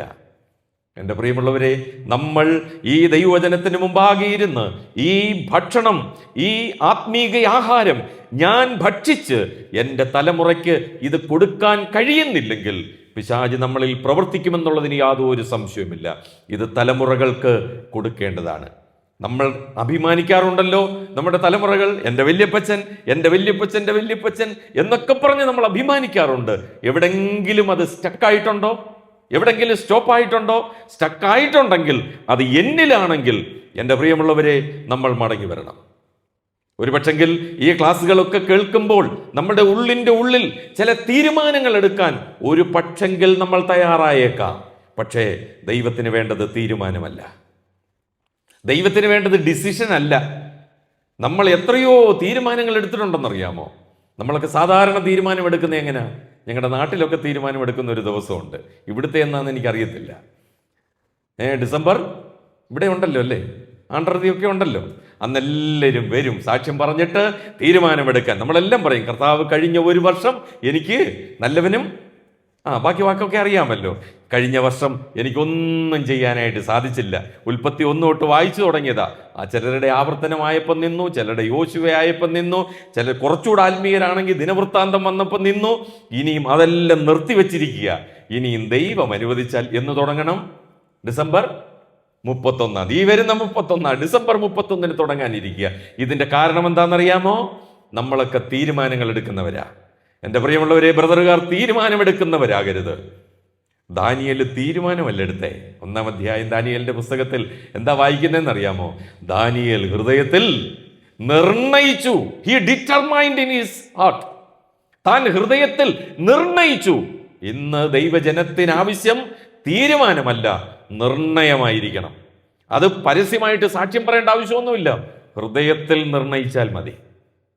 ഹൃദയത്തിൽ നിർണയിക്കണം. നമ്മൾ തീരുമാനമെടുത്താൽ, അല്ലെങ്കിൽ തീരുമാനമെടുത്ത് നമ്മൾ പരസ്യമായിട്ട് പറഞ്ഞാൽ, ഈ ഇടമന്വേഷിച്ച് നടക്കുന്ന പുള്ളിയുണ്ടല്ലോ, അവനത് കേൾക്കും, അവനത് അറിയും, അവൻ ഏത് വിധേനയും നമ്മളെ തടസ്സപ്പെടുത്തും. പക്ഷേ എൻ്റെ ഹൃദയത്തിൽ ഞാൻ നിർണയിച്ചാൽ അവനത് അറിയില്ല, അവനറിയാൻ പറ്റില്ല. പക്ഷേ ഹൃദയത്തിൽ നിർണയിച്ചാൽ തീർച്ചയായിട്ടും ദൈവം നമ്മളെ ഉപയോഗിക്കുമെന്നുള്ളതിന് യാതൊരു സംശയവുമില്ല. അതുകൊണ്ട് ഈ നാളുകളിൽ ഈ ദൈവത്തിൻ്റെ വചനം നമ്മൾ കേൾക്കുമ്പോൾ അത് നമ്മളുടെ ഹൃദയത്തിൽ ഒന്നാഴമായിട്ട് പതിയുന്നെങ്കിൽ ആത്മാർത്ഥമായിട്ട് ദൈവസന്നിധിയിൽ ചില നിർണയങ്ങൾ എടുക്കുവാൻ കർത്താവ് നമുക്ക് കൃപ നൽകട്ടെ. പ്രിയമുള്ളവരെ, ആത്മാവിൻ്റെ ആ ഐക്യത, സമാധാന ബന്ധത്തിൽ കാപ്പാൻ ഞാൻ ശ്രമിക്കും. കാപ്പാൻ ശ്രമിക്കണമെങ്കിൽ എനിക്ക് ആത്മീയമായിട്ടുള്ള വളർച്ച ഉണ്ടായിരിക്കണം. ഞാൻ ഉയരത്തിലേക്ക് വളരുന്ന വ്യക്തിയായിരിക്കണം. ഞാൻ ആഴത്തിലേക്ക് വളരുന്ന വ്യക്തിയായിരിക്കണം. മൂന്നാമത്തേത്, ഞാൻ ആന്തരികമായിട്ട് വളരുന്ന വ്യക്തിയായിരിക്കണം. ഇൻവേർഡ്ലി ഞാൻ ആന്തരികമായിട്ട് വളരണം. എൻ്റെ അകത്തെ മനുഷ്യൻ വളരണം. ഇന്ന് നമ്മളുടെ ആരുടെയും അകത്തെ മനുഷ്യൻ എന്ത് ചെയ്യുന്നില്ല? വളരുന്നില്ല. പുറമേയുള്ള മനുഷ്യൻ വളർന്നുകൊണ്ടിരിക്കുക, നമ്മുടെ അകമേയുള്ള മനുഷ്യൻ വളരുന്നില്ല. അപ്പോസ്തലനായ പൗലോസ് വളരെ പ്രാർത്ഥിക്കുകയാണ് എഫെസോസിലെ വിശ്വാസികൾക്ക് വേണ്ടി. അകത്തെ മനുഷ്യനെ സംബന്ധിച്ച് എങ്ങനെ അവർ വളരണം, എങ്ങനെ ശക്തിപ്പെടണമെന്ന് പൗലോസ് പ്രാർത്ഥിക്കുകയാണ്. 1-ാം അധ്യായത്തിലേക്ക് മടങ്ങി വന്നേ. എഫെസ്യ ലേഖനം 1-ാം അധ്യായം അതിൻ്റെ 17-ാമത്തെ വാക്യം. അവരുടെ ഹൃദയ ദൃഷ്ടി എന്ത് ചെയ്യണം? പ്രകാശിപ്പിക്കണം. നമ്മുടെ അകത്തെ മനുഷ്യന്റെ കണ്ണ് ഒന്ന് തുറക്കണം. നമ്മൾ കണ്ണൊന്ന് തുറക്കണം. പ്രവാചകൻ പ്രാർത്ഥിച്ചതുപോലെ, കർത്താവേ, കാണത്തക്കവണ്ണം ഇവന്റെ കണ്ണൊന്ന് തുറക്കണേന്ന്. നമുക്ക് കണ്ണുണ്ട്, പക്ഷെങ്കിൽ നമ്മൾ കാണുന്നില്ല. ആദ്യത്തെ ദിവസം ബൈബിൾ ക്ലാസ്സിൽ ഞാൻ നിങ്ങളെ ഓർപ്പിച്ചല്ലോ, ന്യായപ്രമാണത്തിലെ അത്ഭുതങ്ങളെ കാണേണ്ടതിന് എൻ്റെ കണ്ണുകളെ തുറക്കണമേ. ന്യായപ്രമാണത്തിലെ അത്ഭുതങ്ങൾ കാണണമെങ്കിൽ ഹൃദയദൃഷ്ടി പ്രകാശിപ്പിച്ചേ പറ്റൂ. നമുക്ക് ദൈവത്തിൻ്റെ കൃപ ആവശ്യമാണ്. ഹൃദയത്തിൽ നമ്മൾ നിർണയിച്ചുകൊണ്ട് വേണം ദൈവസന്നിധിയിൽ നമ്മൾ ആയിരിക്കുവാൻ. 3:16 പൗലോസ് പറയുന്ന എന്താണ്? 2-ാമത്തെ വാക്ക്. 1, നമ്മുടെ ഹൃദയദൃഷ്ടി അല്ലെങ്കിൽ ദൈവജനത്തിന്റെ ഹൃദയദൃഷ്ടി പ്രകാശിക്കണം. 2, അകത്തെ മനുഷ്യൻ ശക്തിയോടെ ബലപ്പെടണം. ശക്തിയോടെ ബലപ്പെടണം. ഇന്ന് നമ്മുടെ അകത്തെ മനുഷ്യന്റെ ശക്തി എത്രമാത്രമുണ്ട് പ്രിയമുള്ളവരെ? അകത്തെ മനുഷ്യന്റെ ശക്തി. നമ്മൾ പുൾപ്പിറ്റ് തകർക്കുന്നവരായിരിക്കരുത്. പുൾപ്പിറ്റ് തകർക്കുന്ന പ്രസംഗമൊന്നുമല്ല നമുക്ക് വേണ്ടത്. അകത്തെ മനുഷ്യൻ ബലപ്പെട്ടിരിക്കണം, ശക്തിയോടെ ബലപ്പെട്ടിരിക്കണം. അങ്ങനെയുള്ളവരെയാണ് കർത്താവ് ഇന്ന് നോക്കിക്കൊണ്ടിരിക്കുന്നത്. നമ്മളെല്ലാം 1-ാം സ്ഥാനത്തേക്ക് വരാൻ, അല്ലെങ്കിൽ സഭയിൽ മൂപ്പൻ സ്ഥാനത്തേക്ക് വരാൻ, ശുശ്രൂഷ രംഗത്തേക്ക് വരാൻ എല്ലാവർക്കും ആഗ്രഹമാണ്. കാരണം ഞാൻ നേരത്തെ പറഞ്ഞതുപോലെ വിവിധ സ്ഥലം സഭകളിൽ നിന്നുള്ളവരാ. എല്ലാവരും ശുശ്രൂഷയ്ക്ക് യോഗ്യരാ, എല്ലാവരും ശുശ്രൂഷ ചെയ്യുന്നവരാ. ആരും മോശമല്ല. പക്ഷേ നമ്മൾക്കെല്ലാം മുന്നോട്ട് വരണമെന്ന് ആഗ്രഹമുണ്ട്. ഒരു പക്ഷെങ്കിൽ എന്നോട് നിങ്ങൾ ക്ഷമിക്കുക. എന്തുകൊണ്ട് ഈ നാളുകളിൽ സഭകളുടെ എണ്ണം പെരുകുന്നു എന്ന് ചോദിച്ചാൽ ഒരു കാരണം ഇതാണെന്ന് എൻ്റെ മനസ്സ് പറയുകയാണ്. എൻ്റെ മനസ്സ് പറയുക. നിങ്ങൾ എന്താണ് ചിന്തിക്കുന്നതെന്ന് എനിക്കറിയത്തില്ല. വളരട്ടെ. അല്ലെങ്കിൽ അങ്ങനെ ചെറിയ ചെറിയ കൂടിവരവുകളാണെങ്കിൽ അതിന് പ്ലസും മൈനസും ഒക്കെ ഉണ്ട്, നല്ല കാര്യങ്ങളാണ് അതൊക്കെ. പക്ഷെങ്കിൽ എന്താണ് അതിൻ്റെ ചേതോവികാരം? എന്താണ് അതിൻ്റെ ചേതോവികാരം? എൻ്റെ അകത്തെ മനുഷ്യൻ ശക്തിയോടെ ബലപ്പെടണം. അത് നമ്മുടെ ഏറ്റവും വലിയൊരു ഉത്തരവാദിത്വമാണ്. എനിക്ക് ആ ആത്മാവിൻ്റെ ഐക്യത സമാധാന ബന്ധത്തിൽ കാക്കണമെന്നുണ്ടെങ്കിൽ എൻ്റെ ഹൃദയദൃഷ്ടി പ്രകാശിക്കണം. ഞാൻ ആരാണ്? ദൈവം എനിക്ക് എന്ത് കൃപയാണ് തന്നിട്ടുള്ളത്? എനിക്ക് എന്ത് ഉത്തരവാദിത്വമാണ് ദൈവം എനിക്ക് തന്നിട്ടുള്ളത്? നമ്മൾ ഓരോരുത്തരും തിരിച്ചറിയണം പ്രിയമുള്ളവരെ. ഇനിയും 4-ാം അധ്യായത്തിൻ്റെ 16-15 വാക്യങ്ങൾ, അല്ലെങ്കിൽ 15-16 വാക്യങ്ങൾ 4-ാം അധ്യായത്തിൻ്റെ അവിടെയും വായിക്കുന്ന ഇങ്ങനെയാണ്: നിങ്ങൾ സകലത്തിലും വളരണം, സകലത്തിലും വളരണം. ആ ഓരോ പദപ്രയോഗങ്ങളും എത്ര വലുതാണെന്നറിയാമോ? ഇനി ഒടുവിലേക്ക് വരുമ്പോൾ 6-ാം അധ്യായത്തിൻ്റെ 10-ാമത്തെ വാക്യത്തിൽ, 6-ാം അധ്യായം 10-ാം വാക്യത്തിൽ, ഒടുവിൽ കർത്താവിലും അവൻ്റെ അമിത ബലത്തിലും ശക്തിപ്പെടുവീൻ, കർത്താവിലും അവൻ്റെ അമിത ബലത്തിലും ശക്തിപ്പെടുവീൻ. ഇതെല്ലാം ദൈവത്തിൻ്റെ വചനത്തിൻ്റെ ഒരു പ്രവർത്തനമാണ്. ദൈവത്തിൻ്റെ വചനത്തിൻ്റെ പ്രവർത്തനമാണ്. ദൈവത്തിൻ്റെ വചനം എന്നിൽ ക്രിയ ചെയ്യുവാൻ ഞാൻ അനുവദിക്കണം. അത് കേവലം ഒരു ചുറ്റികയല്ല. ഇംഗ്ലീഷിൽ അതിന് 2 വാക്കാണ് പറയുന്നത്. നമ്മുടെ മലയാള ഭാഷയിൽ പറഞ്ഞാൽ ദൈവത്തിൻ്റെ വചനം ഇന്ന് ദൈവജനത്തിൻ്റെ മധ്യത്തിൽ, ദൈവദാസന്മാരുടെ മധ്യത്തിൽ അതൊരു കൂടമായിട്ട് വർത്തിക്കണം. കൂടം എന്ന് പറഞ്ഞാൽ അറിയാമല്ലേ? ചുറ്റിക എന്ന് പറഞ്ഞാൽ ചെറിയ മെറ്റിലൊക്കെ ഉടയ്ക്കുന്നതിന് പറയുന്ന ചുറ്റിക എന്നാണ് പറയുന്നത്. പക്ഷെങ്കിൽ ഹാമർ എന്നാണ് പറയുന്നത്. എന്താ പറയുന്നത്? ഹാമർ. കൂടം എന്ന് പറഞ്ഞാൽ പാറയെ തകർക്കുന്നത് പോലെ. പണ്ടൊക്കെ നമ്മുടെ അപ്പച്ചന്മാർ കൂടി വരുമ്പോൾ അവർ പാടാറുള്ള ഒരു പാട്ടുണ്ടായിരുന്നു: കല്ലുപോലുള്ള എല്ലാ ഉള്ളങ്ങളെയും ഇന്ന് മെഴുകുപോലെ ഉരുക്കണമേ. ഇന്നെല്ലാവരുടെയും ഹൃദയങ്ങൾ എങ്ങനെ ഇരിക്കുകയെന്നറിയാമോ? കല്ലുപോലെ ഇരിക്കുക. ദൈവവചനം എത്ര കേട്ടാലും ഇതൊന്നും എനിക്കുള്ളതല്ലെന്നേ, ഇതെനിക്കുള്ളതല്ല, ഇത് എവിടെയോ പോട്ടെ, ആർക്കോ പോകട്ടെ. ഞാൻ പറയട്ടെ പ്രിയമുള്ളവരെ, ദൈവവചനം കേൾക്കുമ്പോൾ നമ്മുടെ ഹൃദയം ഉരുകുന്നില്ലെങ്കിൽ, നമ്മുടെ ഹൃദയം കത്തിക്കൊണ്ടിരിക്കുന്നില്ലെങ്കിൽ, എൻ്റെ ഹൃദയം പാറ പോലെയായെന്നാണ് അതിൻ്റെ അർത്ഥം. പിന്നെ എന്തിനാ കാക്ഷിക്കുന്ന ശുശ്രൂഷ രംഗത്തേക്ക് വരാൻ? ദൈവസഭയെ നയിക്കാൻ എന്തിനാ ആഗ്രഹിക്കുന്നേ? നമ്മളുടെ ഹൃദയം, നമ്മുടെ അകത്തെ മനുഷ്യൻ. അപ്പോസ്തലനായ പൗലോസ് എഫേസ്യ ലേഖനത്തിൽ പറയുന്ന ഒരു വാക്കുണ്ട്: സകല വിശുദ്ധന്മാരിലും ഞാൻ ആരാ? ഏറ്റവും ചെറിയവൻ. സകല വിശുദ്ധന്മാരിലും ഞാൻ ഏറ്റവും ചെറിയവൻ. ഇത് പറയാൻ ആർക്കാ കഴിയുന്നേ? നമ്മളൊക്കെ നോക്കിക്കൊണ്ടിരിക്കുന്ന എന്താ? മസ്കറ്റ് അസംബ്ലിയിലെ ഏറ്റവും വലിയവൻ, ഇല്ലേ? ബിലീവേഴ്സ് അസംബ്ലിയിലെ ഏറ്റവും വലിയവൻ ഞാൻ, ഇല്ലേ? മത്രായം വിടുന്നില്ല. മത്രാ സഭയിലെ ഏറ്റവും വലിയവൻ ആകാനായിട്ട് ശ്രമിച്ചുകൊണ്ടിരിക്കുകയല്ലേ നമ്മൾ? പൗലോസ് പറയുക, ഞാൻ എഫേസോ സഭയോടുള്ള ബന്ധത്തിൽ മാത്രമല്ല, എത്ര സഭ പൗലോസ് സ്ഥാപിച്ചിട്ടുണ്ട്, എണ്ണിയിട്ടുണ്ടോ? എത്രയോ സ്ഥലം സഭകൾ, എത്രയോ ആത്മീകമായ കുഞ്ഞുങ്ങൾക്ക് തനിക്ക് ജന്മം നൽകാൻ ദൈവം തനിക്ക് പ്രസവവേദന കൊടുത്തു പ്രിയമുള്ളവരെ. എന്നിട്ടും ഒടുവിൽ താൻ പറയുകയാണ്, ഞാൻ സകല വിശുദ്ധന്മാരിലും ഏറ്റവും ചെറിയവൻ. അതിനു മുമ്പ് താൻ ഒരു സ്റ്റേറ്റ്മെന്റ് പറഞ്ഞു. എന്തായിരുന്നു അറിയാമോ? ഞാൻ അപ്പോസ്തലന്മാരിൽ ചെറിയവൻ. അപ്പോസ്തലന്മാരില്ല ഞാൻ ചെറിയവൻ. പക്ഷെ കുറെ വർഷം കൂടെ കഴിഞ്ഞപ്പോൾ താൻ പറയുക, സകല വിശുദ്ധന്മാരിലും ഞാൻ ചെറിയവൻ. അത് കഴിഞ്ഞിട്ട് ഈ ഭൂമിയിൽ നിന്ന് മാറ്റപ്പെടാനായിട്ട് തുടങ്ങിയപ്പോൾ ഏറ്റവും ഒടുവിൽ താൻ എഴുതുന്ന ലേഖനത്തിൽ താൻ കുറിച്ചിട്ടു, ആ പാപികളിൽ ഞാൻ ഒന്നാമൻ. താണ് വരികല്ലേ? അവിടെയാണ് യോഹന്നാൻ സ്നാപകന്റെ വാക്കിന് ഇമ്പോർട്ടൻ്റ്. അവനോ വളരണം, ഞാനോ കുറയണം. അവൻ എന്നിൽ വളരണം, അവൻ എന്നിൽ ശക്തിയോടെ ബലപ്പെടണം. എൻ്റെ കർത്താവ് എന്നിൽ വളരണം പ്രിയമുള്ളവരെ. ഞാൻ കുറയണം. ഞാൻ കുറയാതെ അവൻ എന്നിൽ വളരുകയില്ല. എൻ്റെ കർത്താവിൻ്റെ കൃപ എന്നിലുണ്ടാകണം. അനുസരണവും സൗമ്യതയും താഴ്മയും സ്നേഹവും ഒക്കെ നമ്മളിൽ വളരണം. എൻ്റെ കർത്താവിൻ്റെ സ്വഭാവം എന്നിലേക്ക് വരണം. എൻ്റെ കർത്താവിനെ പഠിക്കണം. എൻ്റെ കർത്താവിൽ നിന്ന് പഠിക്കണം. എൻ്റെ കർത്താവ് പഠിപ്പിച്ചത് പഠിക്കണം. അതിന് കർത്താവ് പറഞ്ഞൊരു ഉദാഹരണമുണ്ട്: ഞാൻ സൗമ്യതയും താഴ്മയും ഉള്ളവനാകിയാൽ, ബാക്കി പറഞ്ഞേ, എൻ്റെ നുകം ഏറ്റുകൊണ്ട് എന്നോട്, എന്ന് പറഞ്ഞാൽ എൻ്റെ നിലവാരത്തിലേക്ക് ഇറങ്ങി വന്ന് എൻ്റെ നിലവാരത്തിലേക്ക് ഞാൻ ഈ ഭൂമിയിൽ വന്നപ്പോൾ കർത്താവ് പറയുക, അധ്വാനിക്കുന്നവരും ഭാരം ചുമക്കുന്നവരുമായുള്ളവര് എൻ്റെ അടുക്കൽ വരുവീൻ, ഞാൻ നിങ്ങളെ ആശ്വസിപ്പിക്കാം. അത് കഴിഞ്ഞിട്ട് അത് അവിശ്വാസിക്കുള്ളത്. അടുത്തത് വിശ്വാസിക്കുള്ളതാ. ഞാൻ സൗമ്യതയും താഴ്മയും ഉള്ളവനാകിയാൽ, മീക്ക് ആൻഡ് ലോവ്ലി. ആ രണ്ട് വാക്ക് എന്തോ ക്യൂട്ട് വേർഡ്സ് ആണല്ലേ. ഞാൻ സൗമ്യതയും താഴ്മയും ഉള്ളവനാകിയാൽ, അതാണ് എൻ്റെ നിലവാരം, എൻ്റെ സ്റ്റാൻഡേർഡ് അതാ. കമോൺ, ആരുണ്ട് സൗമ്യതയും താഴ്മയും ഉള്ളവരായിട്ട് എൻ്റെ നിലവാരത്തിലേക്ക്? ആ ഒരു നുകം, ഒരു തടി, അതാണ് ആ സ്റ്റാൻഡേർഡ്.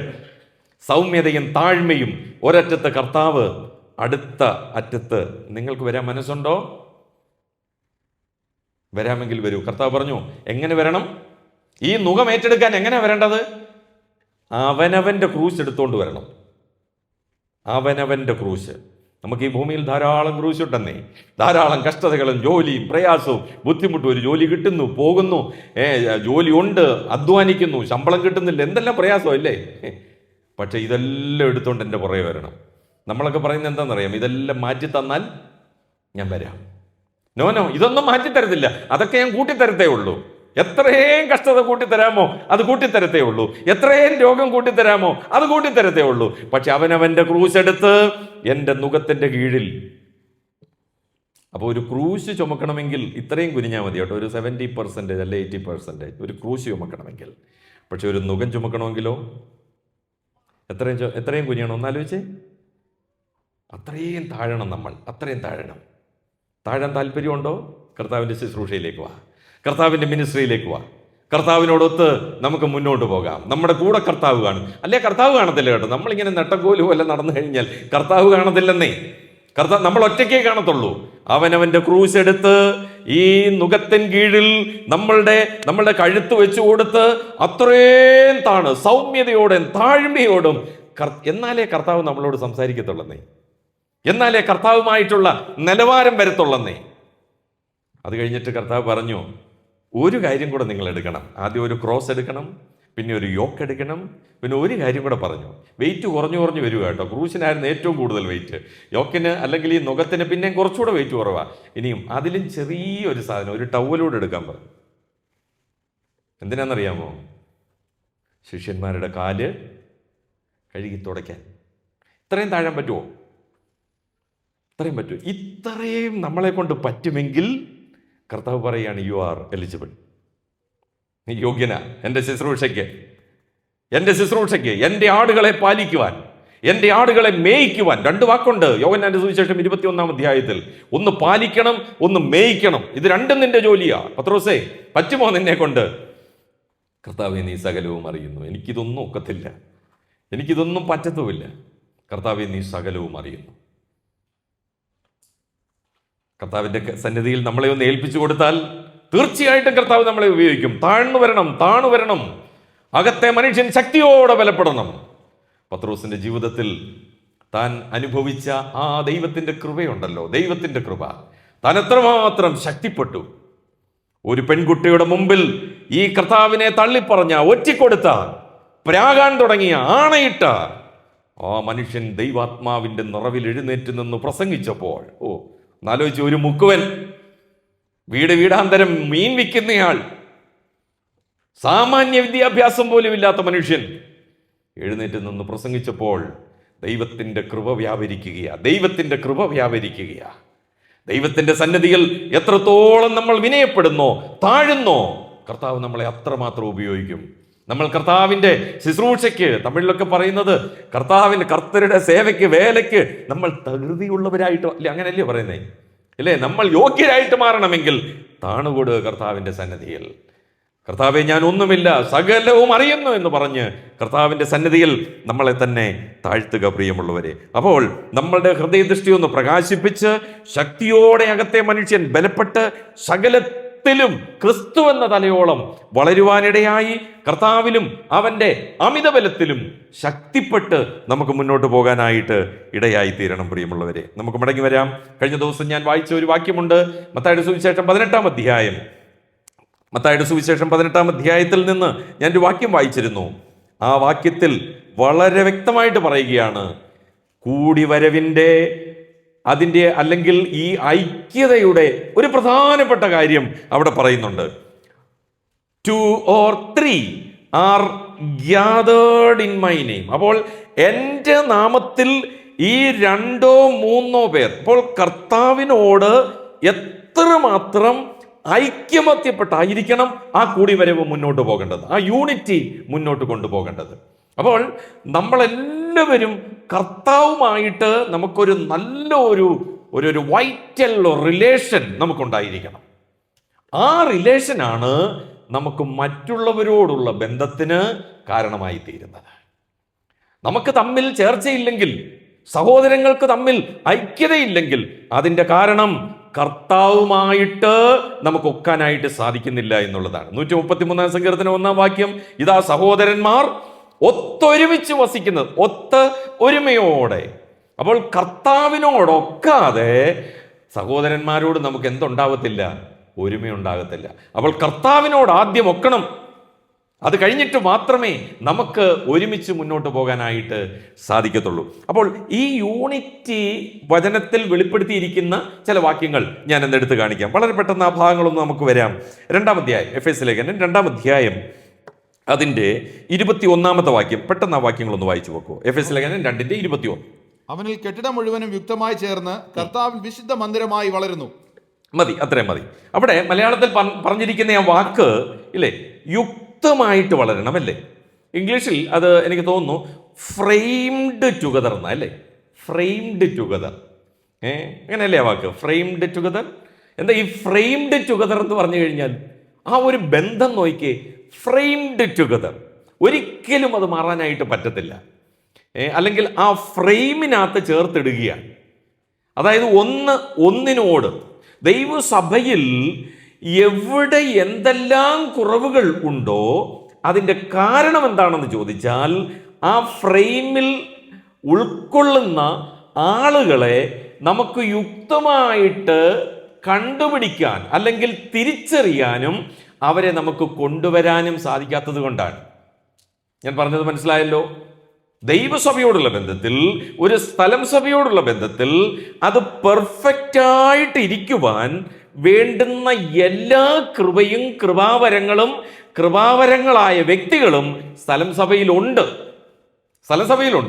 പക്ഷേ അവരവരുടെ ഉത്തരവാദിത്തം അവരവർ ചെയ്യത്തക്ക നിലയിൽ അവരെ ഒന്ന് ഫ്രെയിംഡ് ടുഗദറാക്കി കൊണ്ടുവരേണ്ട ഉത്തരവാദിത്വം മിനിസ്റ്റേഴ്സിനുണ്ട്, ശുശ്രൂഷകന്മാർക്കുണ്ട്. ഇത് ചെയ്യാത്തിടത്തോളം കാലം ദൈവസഭ ഐക്യതയോടെ മുന്നോട്ട് പോകാൻ ബുദ്ധിമുട്ടാണ്. അപ്പോൾ ശുശ്രൂഷകന്മാർ വരുമ്പോൾ അവർ ആത്മാവിൻ്റെ ഐക്യത, സമാധാന ബന്ധത്തിൽ, അത് പ്രശ്നങ്ങൾ അല്ലെങ്കിൽ കൊളീഷനോടുകൂടെ അത് ചെയ്യാനായിട്ട് പാടില്ല. ഒരു കുറവും വരാതെ യോഗ്യമായിട്ട് ലോക്കൽ ചർച്ച്, ദൈവത്തിൻ്റെ സഭ പെർഫെക്റ്റ് ആയിട്ട് അത് ഫ്രെയിംഡ് ടുഗദറായിട്ട് മുന്നോട്ട് പോകുവാൻ ഇല്ലേ, അതിന് നമ്മൾ എന്താ ചെയ്യേണ്ടതെന്ന് അറിയാമോ? നമ്മൾ ഓരോ ദിവസം കഴിയും തോറും നമ്മൾ ഓരോരുത്തരെ ഓർത്തും കർത്താവിൻ്റെ സ്തോത്രം ചെയ്യണം. കർത്താവേ, ഇന്ന എൽഡറെ ഞങ്ങൾക്ക് തന്നിരിക്കാൻ സ്തോത്രം. അല്ലെങ്കിൽ ദൈവവചനം പഠിപ്പിക്കാൻ ഇന്ന സഹോദരനെ, പാട്ട് പാടുവാൻ, സങ്കീർത്തനം വായിക്കുവാൻ, സ്തോത്രം ചെയ്യുവാൻ, ഓരോ ശുശ്രൂഷകളും ചെയ്യുവാൻ, അതൊക്കെ ആത്മീക നിലയിലേക്ക് പോകുന്നു. ഇനിയും ഭൗതികമായിട്ടുള്ള ഓരോ കാര്യങ്ങൾ ചെയ്യുവാൻ ഓരോരുത്തരെയും തെരഞ്ഞെടുത്ത് കണ്ടുപിടിച്ച് ദൈവത്തിൻ്റെ ആത്മാവിൽ വളരെ ദൈവകൃപയോടെ നമ്മളത് ചെയ്യേണ്ടതായിട്ടിരിക്കുന്നു. അത് തിരിച്ചറിയുവാൻ നമുക്ക് ഇടയായി തീരണം. അപ്പോൾ ഫ്രെയിംഡ് ടുഗദർ, ആ യൂണിറ്റി അല്ലെങ്കിൽ ആത്മാവിൻ്റെ ഐക്യത ആ വാക്കിൽ നമുക്ക് കാണാനായിട്ട് സാധിക്കും. ഇനിയും എഫേസ്യ ലേഖനത്തിൽ ഒരു വാക്യം കൂടെ ഉണ്ട്. അതിൻ്റെ തൊട്ടടുത്ത വാക്യം ഒന്ന് വായിച്ചു, 22-ാമത്തെ വാക്യം. അവനിൽ നിങ്ങളെയും ദൈവത്തിന്റെ നിവാസമാകേണ്ടതിന് ആത്മാവിനാൽ ഒന്നിച്ച് പണിതു വരുന്നു. ഒന്നിച്ച് പണിതു വരുന്നു. ആ ഒന്നിച്ചെന്നുള്ള വാക്ക് അവിടെ ഉപയോഗിച്ചിരിക്കുന്നത് ബിൽഡഡ് ടുഗദർ എന്നാണ്. ആ ബിൽഡഡ് ടുഗദർ എന്ന് പറഞ്ഞാൽ നമുക്കറിയാം, നാട്ടിൽ അല്ലെങ്കിൽ ഈ കല്ലുകൾ, നമ്മൾ പത്രോസ് ലേഖനം 1 പത്രോസ് 2-ാം അധ്യായത്തിൻ്റെ 3 മുതലുള്ള വാക്യങ്ങൾ നമ്മൾ വായിക്കുന്നത് ഇങ്ങനെയാണ്: നമ്മളെല്ലാം ജീവനുള്ള കല്ലുകൾ, ജീവനുള്ള കല്ലുകളാണ്. ഇപ്പം നമ്മൾ നോക്കിക്കഴിഞ്ഞു, ഇവിടെ കല്ലുകളെ കുറിച്ച് ഇനിയും പറയേണ്ട യാതൊരു ആവശ്യവുമില്ല. ഒമാൻ നിറച്ചെന്താണ്? കല്ലാണ്. അപ്പം ഈ കല്ലുകൾ അടർത്തിയെടുത്ത് അല്ലെങ്കിൽ അവിടെ നിന്നെടുത്ത് ഞാനിങ്ങനെ പോയപ്പോൾ പല സ്ഥലങ്ങളിലും ഇതിങ്ങനെ കെട്ടിവെച്ചിരിക്കുന്നത് കാണാനായിട്ട് ഇടയായി തീർന്നു. അത് കെട്ടുന്നത് എങ്ങനെയാണെന്ന് ചോദിച്ചു കഴിഞ്ഞാൽ, ഒരു കല്ല് അല്ലെങ്കിൽ ഇങ്ങനെ എല്ലാ കല്ലുകളും എടുത്ത് കൃത്യമായിട്ട് അളവെക്കുന്നു അല്ലല്ല. ആദ്യം ഒരു കല്ല് വെച്ച് കഴിഞ്ഞാൽ ഈ കല്ലിനോട് യോജിക്കുന്ന ഒരു കല്ലിനെ എന്ത് ചെയ്യുകയാണ്, അടുത്ത ആളുടെ ജോലി എന്താണ്, അതിനെ അങ്ങോട്ട് ചേർത്ത് വെക്കുക. എല്ലാ കല്ലും എല്ലാ കല്ലിനോടും ചേർത്ത് വെക്കാൻ ഒക്കത്തില്ല.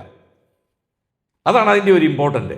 അപ്പോൾ ഒരു കല്ല് ഇപ്പം നമ്മുടെ സഭയിൽ തന്നെ നോക്കിക്കഴിഞ്ഞാൽ ഒരാൾ എല്ലാവരുമായിട്ടും കണക്ഷൻ ഒന്നും കാണത്തില്ല അല്ലേ. അതിൻ്റെ അപ്പുറവും ഇപ്പുറവും മുമ്പിലും പുറകിലൊക്കെ ഇരിക്കുന്ന ചിലരുണ്ടായിരിക്കും അല്ലേ. ഞാൻ കുറച്ച് പേരെയൊക്കെ കാണുന്നുണ്ട് ഈ ദിവസങ്ങളിൽ. ഒരു കല്ലിനോട് ചേർന്ന് ഒരു കല്ല്, ഇങ്ങനെ ഈ കല്ലുകൾ ചേർന്ന് പോകുമ്പം മറ്റുള്ളവർക്ക് ഈ അസൂയ വരാനായിട്ടുള്ളൊരു സാധ്യത. അവർ തമ്മിൽ ഇത്ര അങ്ങ് അവിടെ തുടങ്ങി ഇടം കൊടുക്കാനായിട്ട് തുടങ്ങി. എങ്ങനെങ്കിലും ഒന്ന് ചവിട്ടി ഇരിക്കണം. അത് നമ്മൾ പറഞ്ഞുണ്ടാക്കും. കണ്ടോ, അതായിരിക്കും കണ്ടോ. ഉദ്ദേശിക്കാനൊന്നും നമ്മൾ ഒട്ടും മോശമൊന്നും അല്ലല്ലോ. പിശാചിനിടം കൊടുക്കരുത്. ഇതാണ് ദൈവസഭയുടെ ഏറ്റവും വലിയൊരു പ്രത്യേകത എന്ന് പറയുന്നത്. അതായത് ഒരു കല്ല് അടുത്ത കല്ല്. ഇനിയും ഒരു കല്ലങ്ങ് വിചാരിക്കുക, ഇതെല്ലാം കെട്ടൊക്കെ കഴിഞ്ഞ് ഇങ്ങനെ മുന്നോട്ട് പോയി ഒരു കല്ല് വിചാരിക്കുക, ഞാനങ്ങ് എന്താ സംഭവിക്കുന്നേ, വാതി വരത്തില്ലയോ? അങ്ങനല്ലേ പറയുന്നത്, എന്താ വെള്ളപ്പൊക്കം? അത് ഇടയ്ക്ക് വരും. വന്നു കഴിയുമ്പോൾ ഉണ്ടല്ലോ, ഈ ഹോളിലൂടെ, ഈ ലോക്ക് ഹോളിലൂടെ ദൈവസഭയിലേക്ക് ആ പ്രശ്നങ്ങൾ കടന്നു വരികയാണ്. ഇത് നമ്മൾ ഓർത്തോണം. അപ്പൊ പെർഫെക്റ്റ്ലി. ഇനി അടുത്ത വാക്കൊന്ന് വായിച്ചേ, അപ്പോഴാണ് നമുക്കത് കൂടുതലായിട്ട് മനസ്സിലാക്കാനായിട്ട് സാധിക്കും. 1 കൊരിന്ത്യർ 1-ാം അധ്യായം അതിന്റെ 10-ാമത്തെ വാക്യം. 1 കൊരിന്ത്യർ 1:10 പെട്ടെന്ന് വായിച്ചു. 1 Corinthians chapter 1 verse 10. സഹോദരന്മാരെ, നിങ്ങൾ എല്ലാവരും ഒന്ന് തന്നെ സംസാരിക്കുകയും നിങ്ങളുടെ ഇടയിൽ ഭിന്നത ഭാവിക്കാതെ ഏക മനസ്സിലും ഏക അഭിപ്രായത്തിലും യോജിച്ചിരിക്കുകയും വേണമെന്ന് ഞാൻ നിങ്ങളെ നമ്മുടെ കർത്താവായ യേശുക്രിസ്തുവിന്റെ നാമം ചൊല്ലി പ്രബോധിപ്പിക്കുന്നു. മതി. അവിടെ ഉപയോഗിച്ചിരിക്കുന്ന വാക്ക് പെർഫെക്റ്റ്ലി ജോയിൻഡ് ടുഗദർ. നല്ല പെർഫെക്റ്റ് ആയിട്ട് ജോയിൻ ടുഗദർ ആയിട്ട് നമ്മൾ ഓരോരുത്തരും ആയിരിക്കണം. ഓരോ വ്യക്തികൾ അല്ലെങ്കിൽ എൽഡേഴ്സ്, ഇപ്പം 4 പേരുണ്ടെങ്കിൽ അവർ പെർഫെക്റ്റ്ലി ജോയിൻഡ് ആയിരിക്കണം. ഞങ്ങൾ നാട്ടിലൊക്കെ പറയും ഇങ്ങനെ, ഈ റബ്ബറിങ്ക പോലെയും പാലയ്ക്ക പോലെയും അങ്ങോട്ടും ഇങ്ങോട്ടും 4 വഴിക്കാണ്. ഒരാൾ അങ്ങോട്ട് പോകുമ്പോൾ ഒരാൾ ഇങ്ങോട്ട് വരുന്നു. അവിടെ നോക്കി എന്തെല്ലാം unity in talk, unity in thinking, unity in decision making, unity in ideas. എന്തെല്ലാം കാര്യങ്ങളിൽ അവർ ഐക്യമത്യമുള്ളവരായിരിക്കണം. അത് ദൈവകൃപയുണ്ടെങ്കിൽ മാത്രമേ അത് സാധിക്കുകയുള്ളൂ. അപ്പോൾ ആത്മാവിൻ്റെ ഐക്യത സമാധാന ബന്ധത്തിൽ കാക്കണമെന്നുണ്ടെങ്കിൽ ദൈവജനത്തിൻ്റെ, ദൈവമക്കളുടെ, ഇനിയും ആ എൽഡേഴ്സിന്റെ ഒരു കൂട്ടം അവർ ഒരുമിച്ച് ഒരു ആശയത്തിലേക്ക് വന്ന് ഒരു തീരുമാനമെടുത്ത് ദൈവസഭയെ അറിയിക്കുമ്പോൾ ദൈവജനം 4 കൂട്ടമായിട്ട് മാറുകയാണ്. ആരും യോജിക്കുന്നില്ല. യോജിക്കാനിടയായി തീരണം. നമുക്ക് ദൈവകൃപയുണ്ടായിരിക്കണം അത് അംഗീകരിക്കുവാൻ. അപ്പോൾ ദൈവദാസന്മാർ എത്രമാത്രം ദൈവകൃപയോടെ ആത്മാവിന്റെ ഐക്യതയിൽ പെർഫെക്റ്റ്ലി. അടുത്തൊരു വാക്യം ശ്രദ്ധിച്ചേ, കൊലോസ്യ ലേഖനം 2:2. ഇതുപോലെ ഒത്തിരി വാക്യങ്ങളുണ്ട് കേട്ടോ, ആത്മാവിന്റെ ഐക്യതയെ കുറിക്കുന്ന ധാരാളം വാക്കുകൾ. കൊലോസ്യ ലേഖനം 2:2. അവർ ക്രിസ്തു എന്ന ദൈവമർമ്മത്തിന്റെ പരിജ്ഞാനവും വിവേകപൂർണതയുടെ സമ്പത്തും പ്രാപിപ്പാൻ തക്കവണ്ണം സ്നേഹത്തിൽ ഏകീഭവിച്ചിട്ട്. സ്നേഹത്തിൽ അവരെന്ത് ചെയ്യണം? ഏകീഭവിക്കുക. ആ വാക്ക് ഏകീഭവിക്കുക, ഇംഗ്ലീഷിൽ knit together. Knit together, knit together എന്ന് പറഞ്ഞാൽ, അല്ലെങ്കിൽ ഏകീഭവിക്കുക എന്ന് പറഞ്ഞാൽ, നമ്മളുടെ ഈ ടവലൊക്കെ അല്ലെങ്കിൽ നമ്മുടെ തുണി, അതിൻ്റെ 2 സൈഡിലോട്ടാണ് അതിൻ്റെ നൂലുകൾ പോകുന്നത്. ഒന്ന് അങ്ങോട്ടും പോകുന്നു, ഒന്ന് ഇങ്ങോട്ടും വരുന്നു. അതിന് മലയാളത്തിൽ പറയുന്നത് ഊടും പാവുമെന്നാണ്. ഊടും പാവും. ഒരു സൈഡിലോട്ട് പോകുന്നു, അടുത്ത സൈഡിലേക്ക്. ആദ്യം ഒരു സൈഡിലേക്കുള്ളതെല്ലാം ഈ നെയ്യുന്ന സ്ഥലത്ത്, ഈ വസ്ത്രം നെയ്യുന്ന സ്ഥലത്ത് അല്ലെങ്കിൽ കൈത്തറിയൊക്കെ ഉണ്ടാക്കുന്ന സ്ഥലത്ത് നിങ്ങൾ ചെന്നാൽ അത് മനസ്സിലാക്കാനായിട്ട് സാധിക്കും. ആദ്യം നേരെ ഉള്ളതെല്ലാം സ്ട്രെയിറ്റ് ആക്കി വെച്ചതിന് ശേഷം ഇടയ്ക്കൂടുള്ള ആ പാവ് അല്ലെങ്കിൽ ഇതിങ്ങോട്ട് കയറ്റി വെച്ചിട്ട് അതിനെ ടൈറ്റായിട്ട് എന്ത് ചെയ്യുകയാണ്? ജോയിൻ ചെയ്യുകയാണ്. ഒന്നാലോചിച്ച് നോക്കിയേ. അപ്പോൾ ആരാണ് ഊട്, ആരാണ് പാവ്, അല്ലെങ്കിൽ നേരെ പോകുന്നത്, അത് ആരെയൊക്കെയാണ് ദൈവം ഉദ്ദേശിച്ചിരിക്കുന്നത്? അതെന്ന് പറഞ്ഞാൽ അവരെല്ലാവരുമായിട്ടും ബന്ധം ഉണ്ടായിരിക്കണം. എന്നാലോചിച്ചാൽ അവരെല്ലാവരുമായിട്ടും ബന്ധം ഉണ്ടായിരിക്കണം. അതിനാണ് ഇനി അടുത്തൊരു വാക്കുണ്ട്, കെട്ടിടത്തോടുള്ള ബന്ധത്തിലും പറയുന്നുണ്ട്. അതിനാണ് ഈ മൂപ്പന്മാരെ സംബന്ധിച്ചിടത്തോളം, സഭയുടെ നടത്തിപ്പുകാരെ സംബന്ധിച്ചിടത്തോളം പൗലോസ് ഒരു വാക്ക് ഉപയോഗിക്കുന്നുണ്ട്, സഭയുടെ തൂണുകളായിട്ട് എണ്ണപ്പെട്ടവർ. സഭയുടെ തൂണുകൾ, പില്ലേഴ്സ്. എന്ന് പറഞ്ഞാൽ അവരാണ് താങ്ങി നിർത്തുന്നത് ദൈവസഭയോടുള്ള ബന്ധത്തിൽ.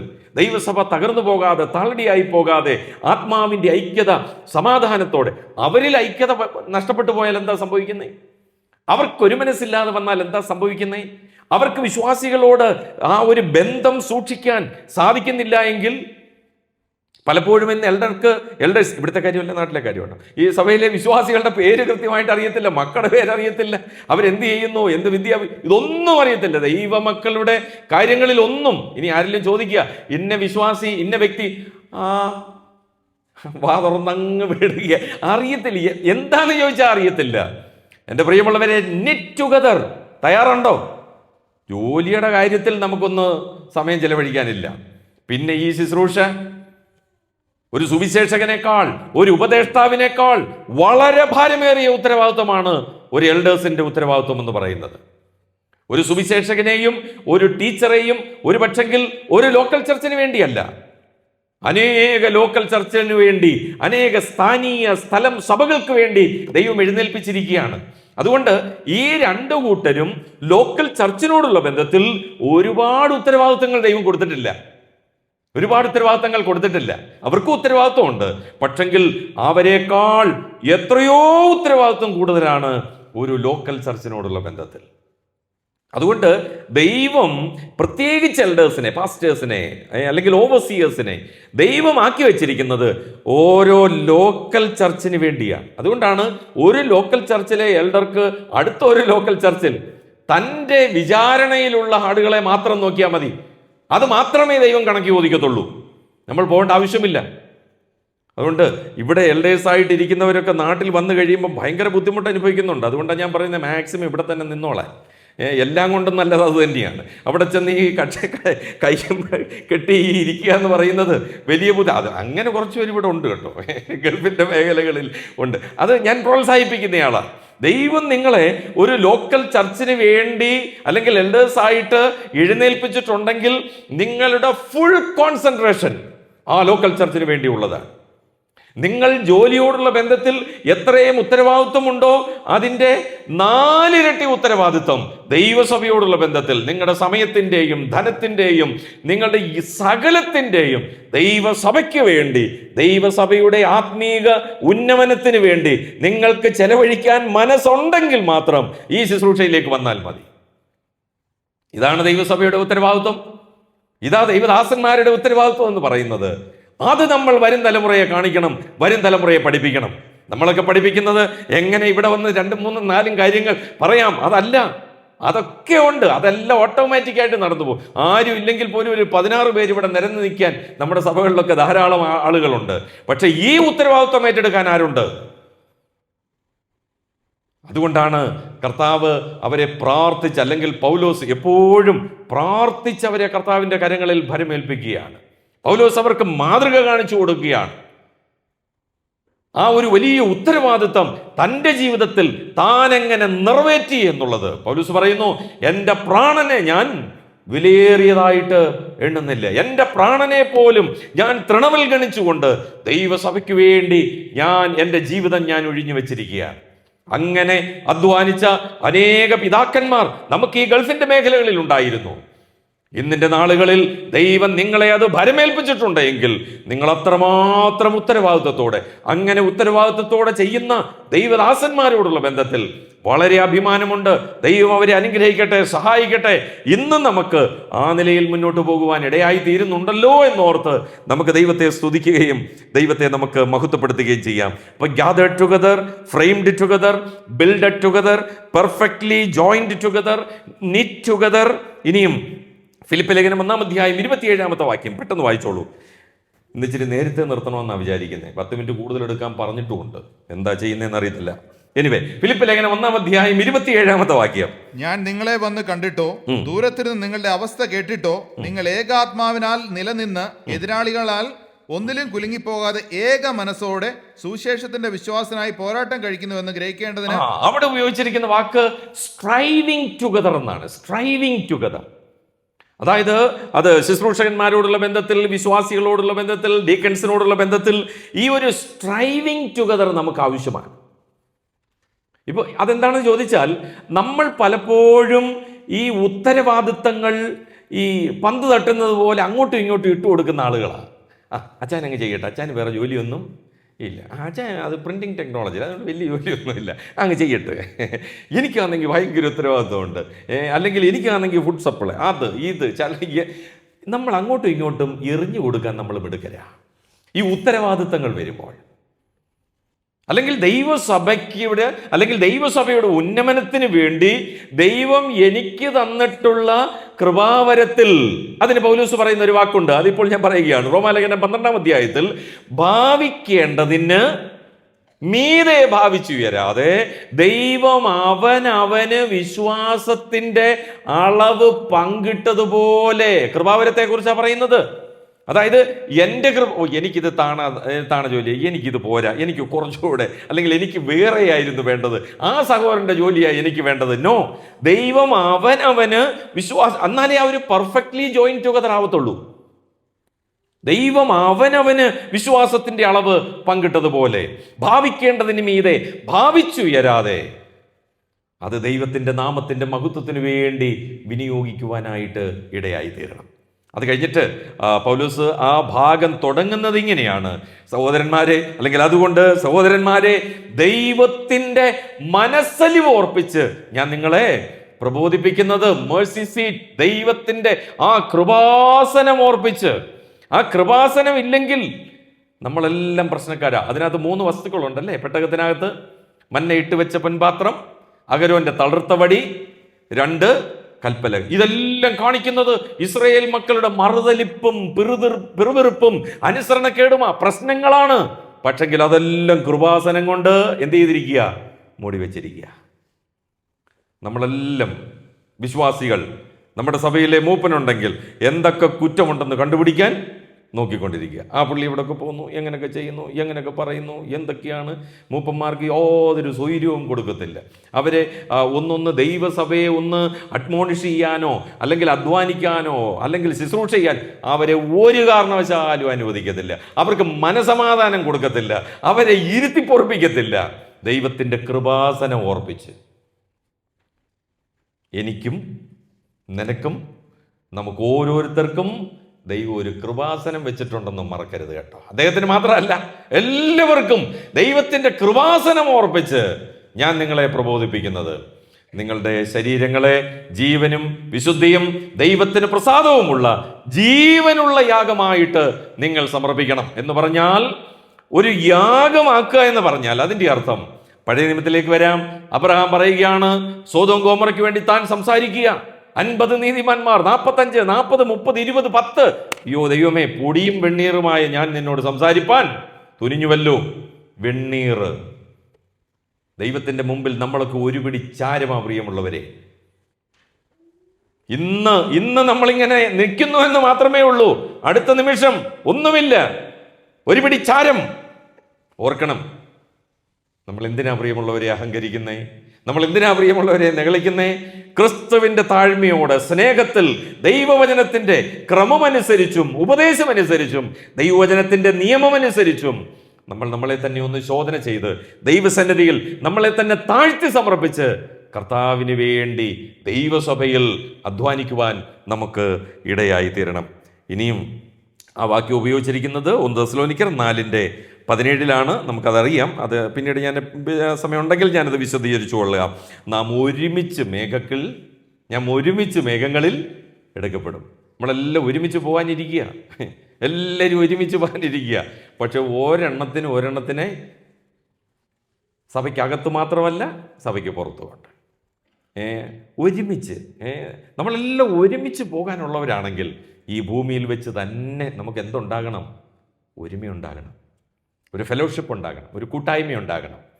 ദൈവമക്കൾ തമ്മിൽ, സഭകൾ തമ്മിൽ നല്ലൊരു ഒരുമയുണ്ടായിരിക്കണം, നല്ലൊരു കൂട്ടായ്മ നമുക്കുണ്ടായിരിക്കണം. അപ്പോൾ അപ്പോസ്തലനായ പൗലോസ് പറയുക, നമ്മുടെ അകത്തെ മനുഷ്യൻ ശക്തിയോടെ ബലപ്പെട്ട് കഴിഞ്ഞാൽ ആ ആത്മാവിൻ്റെ ഐക്യത നമുക്ക് സമാധാന ബന്ധത്തിൽ കാത്തു സൂക്ഷിക്കാനായിട്ട് ഇടയായി തീരുമെന്നുള്ളത് അപ്പോസ്തലനായ പൗലോസ് പറയുകയാണ്. അതിനുവേണ്ടി നമ്മൾക്കൊരു ഒരുക്കം ആവശ്യമാണ്, അല്ലേ? നമുക്കൊരു ഒരുക്കം ആവശ്യമാണ്. ഇന്നിവിടെ മീറ്റിങ്ങിന് വരുന്നതിന് മുമ്പ് കണ്ണാടിയുടെ മുമ്പിൽ ഇതും വേണ്ടി ഡാൻസ് ചെയ്തിട്ട് ഇവിടെ വന്നിരിക്കുന്നതല്ലേ? നല്ല ഒരുക്കം.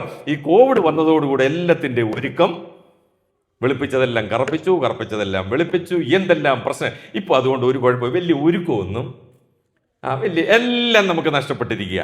എൻ്റെ പ്രിയമുള്ളവരെ, ദൈവസന്നിധിയിൽ നമ്മൾക്കൊരു വലിയ ഒരുക്കം ആവശ്യമാണ്. പൗലോസ് പറയുന്ന വാക്കുകളൊന്നും നോക്കിക്കേ. കൊലോസ്യ ലേഖനം 3-ാം അധ്യായം 12 മുതൽ 14 വരെ, ദ ഗ്രേസ് ഓഫ് ക്രൈസ്റ്റ്, ക്രിസ്തുവിൻ്റെ ആ കൃപ നമ്മൾ ഒന്ന് ധരിക്കണം. പ്രിയമുള്ളവരെ, ഒരു ധാരണം നമുക്ക് ആവശ്യമാണ്. വായിക്കട്ടെ, നമുക്കൊരു ധാരണം ആവശ്യമാണ്. ദൈവകൃപയോടെ നമുക്കായിരിക്കാനിടയായി തീരണം. ദൈവസഭയിൽ ശുശ്രൂഷകളോടുള്ള ബന്ധത്തിൽ നമ്മുടെ ശുശ്രൂഷകൾ ദൈവസഭയിൽ നമ്മൾ ചെയ്യുമ്പോൾ അത് വളരെ കൃപയോടെ ആയിരിക്കണം. ഏറ്റവും പ്രധാനമായിട്ട് നമ്മുടെ വാക്കുകൾ എങ്ങനെ ആയിരിക്കണം? കൃപയോടുകൂടിയതായിരിക്കണം. ഉപ്പിനാൽ രുചി വരുത്തിയതായിരിക്കണം. നമ്മുടെ കർത്താവിൻ്റെ വാക്കുകളുടെ പ്രത്യേകത എന്തായിരുന്നു അറിയാമോ? താൻ ആ സിനഗോഗിൽ എഴുന്നേറ്റ് നിന്ന് താൻ സംസാരിച്ചു കഴിഞ്ഞപ്പോൾ തൻ്റെ വായിൽ നിന്ന് വന്ന ലാവണ്യ വാക്കുകൾ എന്നാ പറയുന്നത്. തൻ്റെ വായിൽ നിന്ന് വന്ന ലാവണ്യ വാക്കുകൾ സമം ഗ്രേഷ്യസ് വേർഡ്സ്. നല്ലച്ചേ, കൃപയോടുകൂടിയത്. അങ്ങനെ സംസാരിക്കണമെങ്കിൽ നമ്മുടെ ഉള്ളിൽ എന്തോ ഉണ്ടായിരിക്കണം? കൃപയുണ്ടായിരിക്കണം. നമ്മൾ കൃപയിൽ ശക്തിപ്പെടുന്നവരായിരിക്കണം. എന്നാൽ മാത്രമേ ദൈവവചനം ദൈവജനത്തിൻ്റെ ഇടയിൽ ക്രിയ ചെയ്യുകയുള്ളൂ. അത് കഴിഞ്ഞിട്ട് 3:15 നോക്കിയ കൊലോസ്യ ലേഖനം 3:15, എല്ലാം കൊലോസ്യ ലേഖനത്തിലാണ് പറഞ്ഞിരിക്കുന്നത്. 3:15 ദ പീസ് ഓഫ് ക്രൈസ്റ്റ്, ക്രിസ്തുവിൻ്റെ സമാധാനം നിങ്ങളിൽ വാഴട്ടെ. നിങ്ങളിൽ ഇരിക്കണം, ഇല്ലേ? ക്രിസ്തുവിൻ്റെ സമാധാനം. 1 ക്രിസ്തുവിൻ്റെ കൃപ, 2 ക്രിസ്തുവിൻ്റെ സമാധാനം. ഇനി മൂന്നാമതൊരു കാര്യം, ഐശ്വര്യമായിട്ട് നമ്മളിൽ വസിക്കേണ്ട മറ്റൊരു കാര്യത്തെക്കുറിച്ച് പൗലോസ് പറയുന്നു. 3:16, chapter 3:16, the word of Christ, ക്രിസ്തുവിൻ്റെ വചനം ഐശ്വര്യമായിട്ട് നമ്മളിൽ വസിക്കുവാനിടയായി തീരണം. ക്രിസ്തുവിൻ്റെ വചനം ഐശ്വര്യമായിട്ട് വസിക്കണം. 3:17, സകലത്തിനും മീതെ ദ നെയിം ഓഫ് ക്രൈസ്റ്റ്, ക്രിസ്തുവിൻ്റെ നാമം. ക്രിസ്തുവിൻ്റെ നാമം അധികാരമുള്ള നാമമാണ്. ആ നാമത്തെ നമുക്ക് ഉയർത്തുവാനായിട്ട് ഇടയായി തീരണം. പത്രോസ് പറയുന്നുണ്ട്, ഈ നാമം ധരിച്ചിട്ട് ക്രിസ്തുവിനെ മഹത്വപ്പെടുത്തണം. ഒരിക്കൽ നമ്മൾ ഈ ക്രിസ്തുവിൻ്റെ നാമം നമ്മുടെ അധരങ്ങളിൽ എടുത്തവരാ. കർത്താവിനെ നമ്മളുടെ അധരങ്ങളിൽ എടുത്ത് യേശുവിനോട് പറഞ്ഞതാ. കർത്താവിനോട് പറഞ്ഞ, നീ എൻ്റെ കർത്താവാകുന്നു എന്ന് പറഞ്ഞാൽ, നീ പറയുന്നത് പോലെ ഞാൻ കേട്ടോളാം, അങ്ങ് പറയുന്നത് പോലെ അനുസരിച്ചോളാം, അങ്ങ് എന്തെനിക്ക് തരുന്നോ അത് ഞാൻ ചെയ്തോളാം. പൗലോസ് ആ എഫേസ്യ ലേഖനം അവസാന അധ്യായത്തിൽ നോക്കി, 6-ാമത്തെ അധ്യായം, അവിടെ ഈ വചനത്തോടുള്ള ബന്ധത്തിൽ താൻ പറയുന്ന ഒരു വാക്കുണ്ട്. ഞാനത് വളരെ ഇഷ്ടപ്പെടുന്ന ഒരു വാക്കാണ്. 19ഉം 20ഉം വാക്യങ്ങളാണ്. എഫേസ്യ ലേഖനം 6-ാം അധ്യായം അതിൻ്റെ 19ഉം 20ഉം വാക്യങ്ങൾ. ഞാൻ ചങ്ങല ധരിച്ച് സ്ഥാനാപതിയായി സേവിക്കുന്ന സുവിശേഷത്തിൻ്റെ മർമ്മം 1 പ്രാഗൽഭ്യത്തോടെ അറിയിക്കണം. 1 പ്രാഗൽഭ്യത്തോടെ അറിയിക്കണം. 2 എൻ്റെ വായ് തുറക്കുമ്പോൾ എനിക്ക് വചനം നൽകപ്പെടണം. 1 പ്രാഗൽഭ്യത്തോടെ സംസാരിക്കണം. 2 ഞാൻ വായ് തുറക്കുമ്പോൾ എനിക്ക് നൽകപ്പെടണം എന്ന് പറഞ്ഞ് പ്രിപ്പയർ ചെയ്യേണ്ടെന്നല്ല, പ്രിപ്പയർ ചെയ്യണം. അതാ പ്രാഗൽഭ്യത്തോടെ സംസാരിക്കണം എന്ന് പറഞ്ഞത്. പക്ഷേ ദൈവജനത്തിന്റെ മുമ്പിലായിരിക്കുമ്പോൾ ഞാൻ കേവലം ഒരു ഉപകരണമായി തീരണം. എന്ത് സംസാരിക്കണം, എങ്ങനെ സംസാരിക്കണം, ഏത് കൃപയിൽ സംസാരിക്കണം, എത്ര ശക്തിയോടെ സംസാരിക്കണം, ഏത് അധികാരത്തിൽ സംസാരിക്കണം. ലാവണ്യ വാക്കുകൾ അധികാരത്തോടെ പുറത്തു വരും. ദൈവസഭയിൽ ദൈവജനത്തെ ശാസിക്കാൻ അധികാരപ്പെടുത്തിയ ഒരു കൂട്ടരാണ് ദൈവത്തിൻ്റെ സഭയുടെ ലീഡേഴ്സ് എന്ന് പറയുന്നത്, ശുശ്രൂഷക്കാർ എന്ന് പറയുന്നത്. അവർ വചനത്തിൻ്റെ ശുശ്രൂഷ ആ നിലയിൽ തന്നെ ചെയ്യണം. തിമോത്തിയോസിനോട് പറയുന്നത്, ദൈവത്തിൻ്റെ മനുഷ്യൻ എങ്ങനെയായിരിക്കണം, ദൈവത്തിൻ്റെ വചനത്തോടുള്ള ബന്ധത്തിൽ എങ്ങനെയായിരിക്കണം. അത് ഗുണീകരണത്തിനും ശാസനത്തിനും നീതിയിലെ അഭ്യാസത്തിനും അത് പ്രയോജനമുള്ളതാകുന്നു. നീ തർജ്ജനം ചെയ്യണം, നീ ശാസിക്കണം, നീ ഗുണദോഷിക്കണം, ഉപദേശം കൊടുക്കണം, നീ പ്രബോധിപ്പിക്കണം. ഇത് ചെയ്യാൻ നമുക്കിടയായി തീരണം. പ്രാഗൽഭ്യത്തോടെ ശുശ്രൂഷ ചെയ്യാൻ ഇടയായി തീരണം. 2 ഞാൻ സംസാരിക്കേണ്ടത് അത് അടുത്ത വാക്യം നോക്കിയേ, നൽകപ്പെടേണ്ടതിനും ഞാൻ സംസാരിക്കേണ്ടും വണ്ണം അതിൽ പ്രാഗൽഭ്യത്തോടെ സംസാരിക്കേണ്ടതിനും നിങ്ങൾ എന്ത് ചെയ്യണം?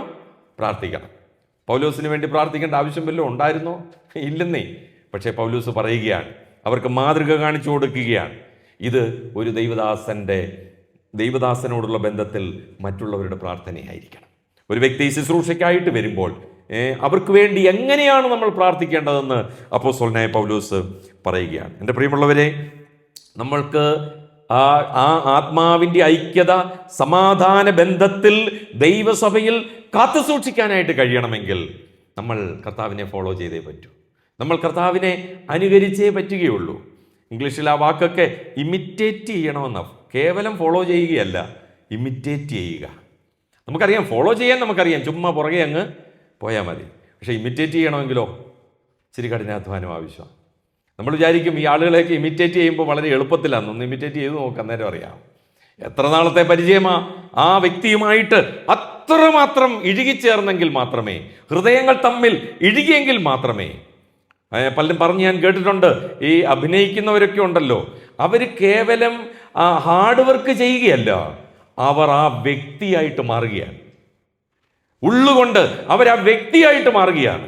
നമ്മുടെ കർത്താവിനെ ഫോളോ ചെയ്യാൻ ഒരു കുഴപ്പമില്ല, ചുമ്മാകെ പോയാൽ മതി. പക്ഷെ നമ്മുടെ കർത്താവിനെ ഇമിറ്റേറ്റ് ചെയ്യണമെങ്കിൽ, കർത്താവിനെ നമ്മുടെ ജീവിതത്തിൽ പകർത്തണമെങ്കിൽ, ആ കർത്താവ് എന്നിൽ വളരണം, അവൻ എന്നിൽ വളരണം, ഞാൻ അവനുമായിട്ട് ഏകീഭവിക്കണം.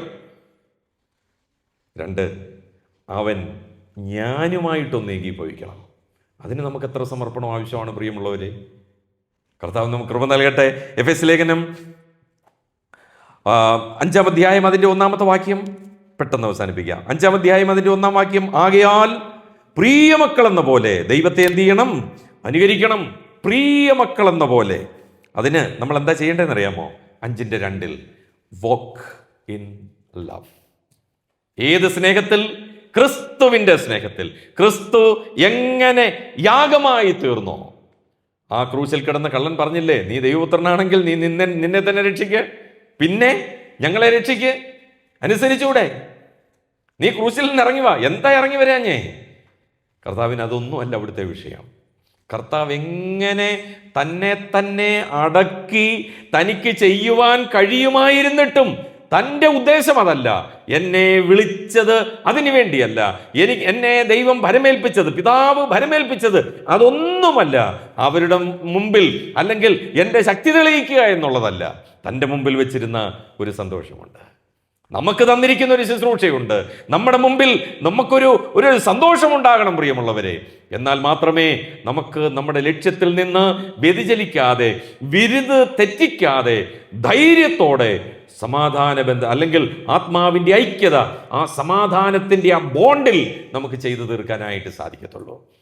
കർത്താവ് അതുകൊണ്ടാണ് പറഞ്ഞത്, എൻ്റെ സമാധാനം ഞാൻ നിങ്ങൾക്ക് തന്നിച്ചു പോകുന്നു. ആ ക്രിസ്തുവിൻ്റെ സമാധാനം ഉണ്ടെങ്കിൽ നമുക്കതിന് സാധിക്കുമെന്നേ.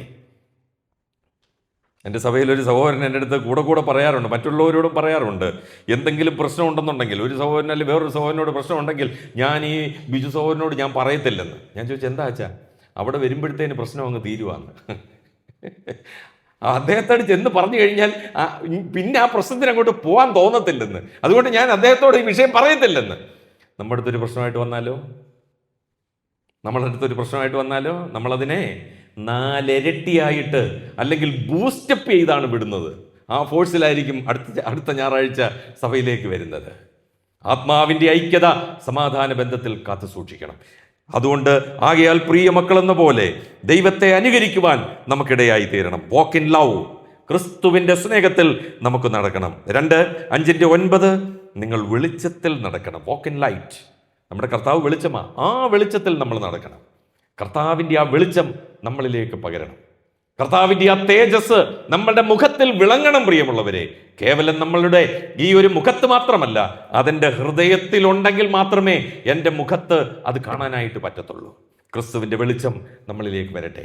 നമ്മൾ ക്രിസ്തുവിനെ അല്ലെങ്കിൽ ക്രിസ്തുവിൻ്റെ ആ വെളിച്ചം മറ്റുള്ളവരിലേക്ക് കൊടുക്കുന്നവരായിരിക്കണം. ദൈവസഭയിൽ എന്നെ ശുശ്രൂഷകനായിട്ട് എഴുന്നേൽപ്പിച്ചിട്ടുണ്ടെങ്കിൽ ആ വെളിച്ചം മറ്റുള്ളവർക്ക് കൊടുക്കാൻ എനിക്ക് ഇടയായി തീരണം. 3-ാമത്തേത് 5:15, 5-ാം അധ്യായത്തിൻ്റെ 15-ാം വാക്യം, വാക്ക് വിത്ത് വൈസ്. സൂക്ഷ്മത്തോടെ, അജ്ഞാനികളായിട്ടല്ല, ജ്ഞാനത്തോടെ നടക്കണം.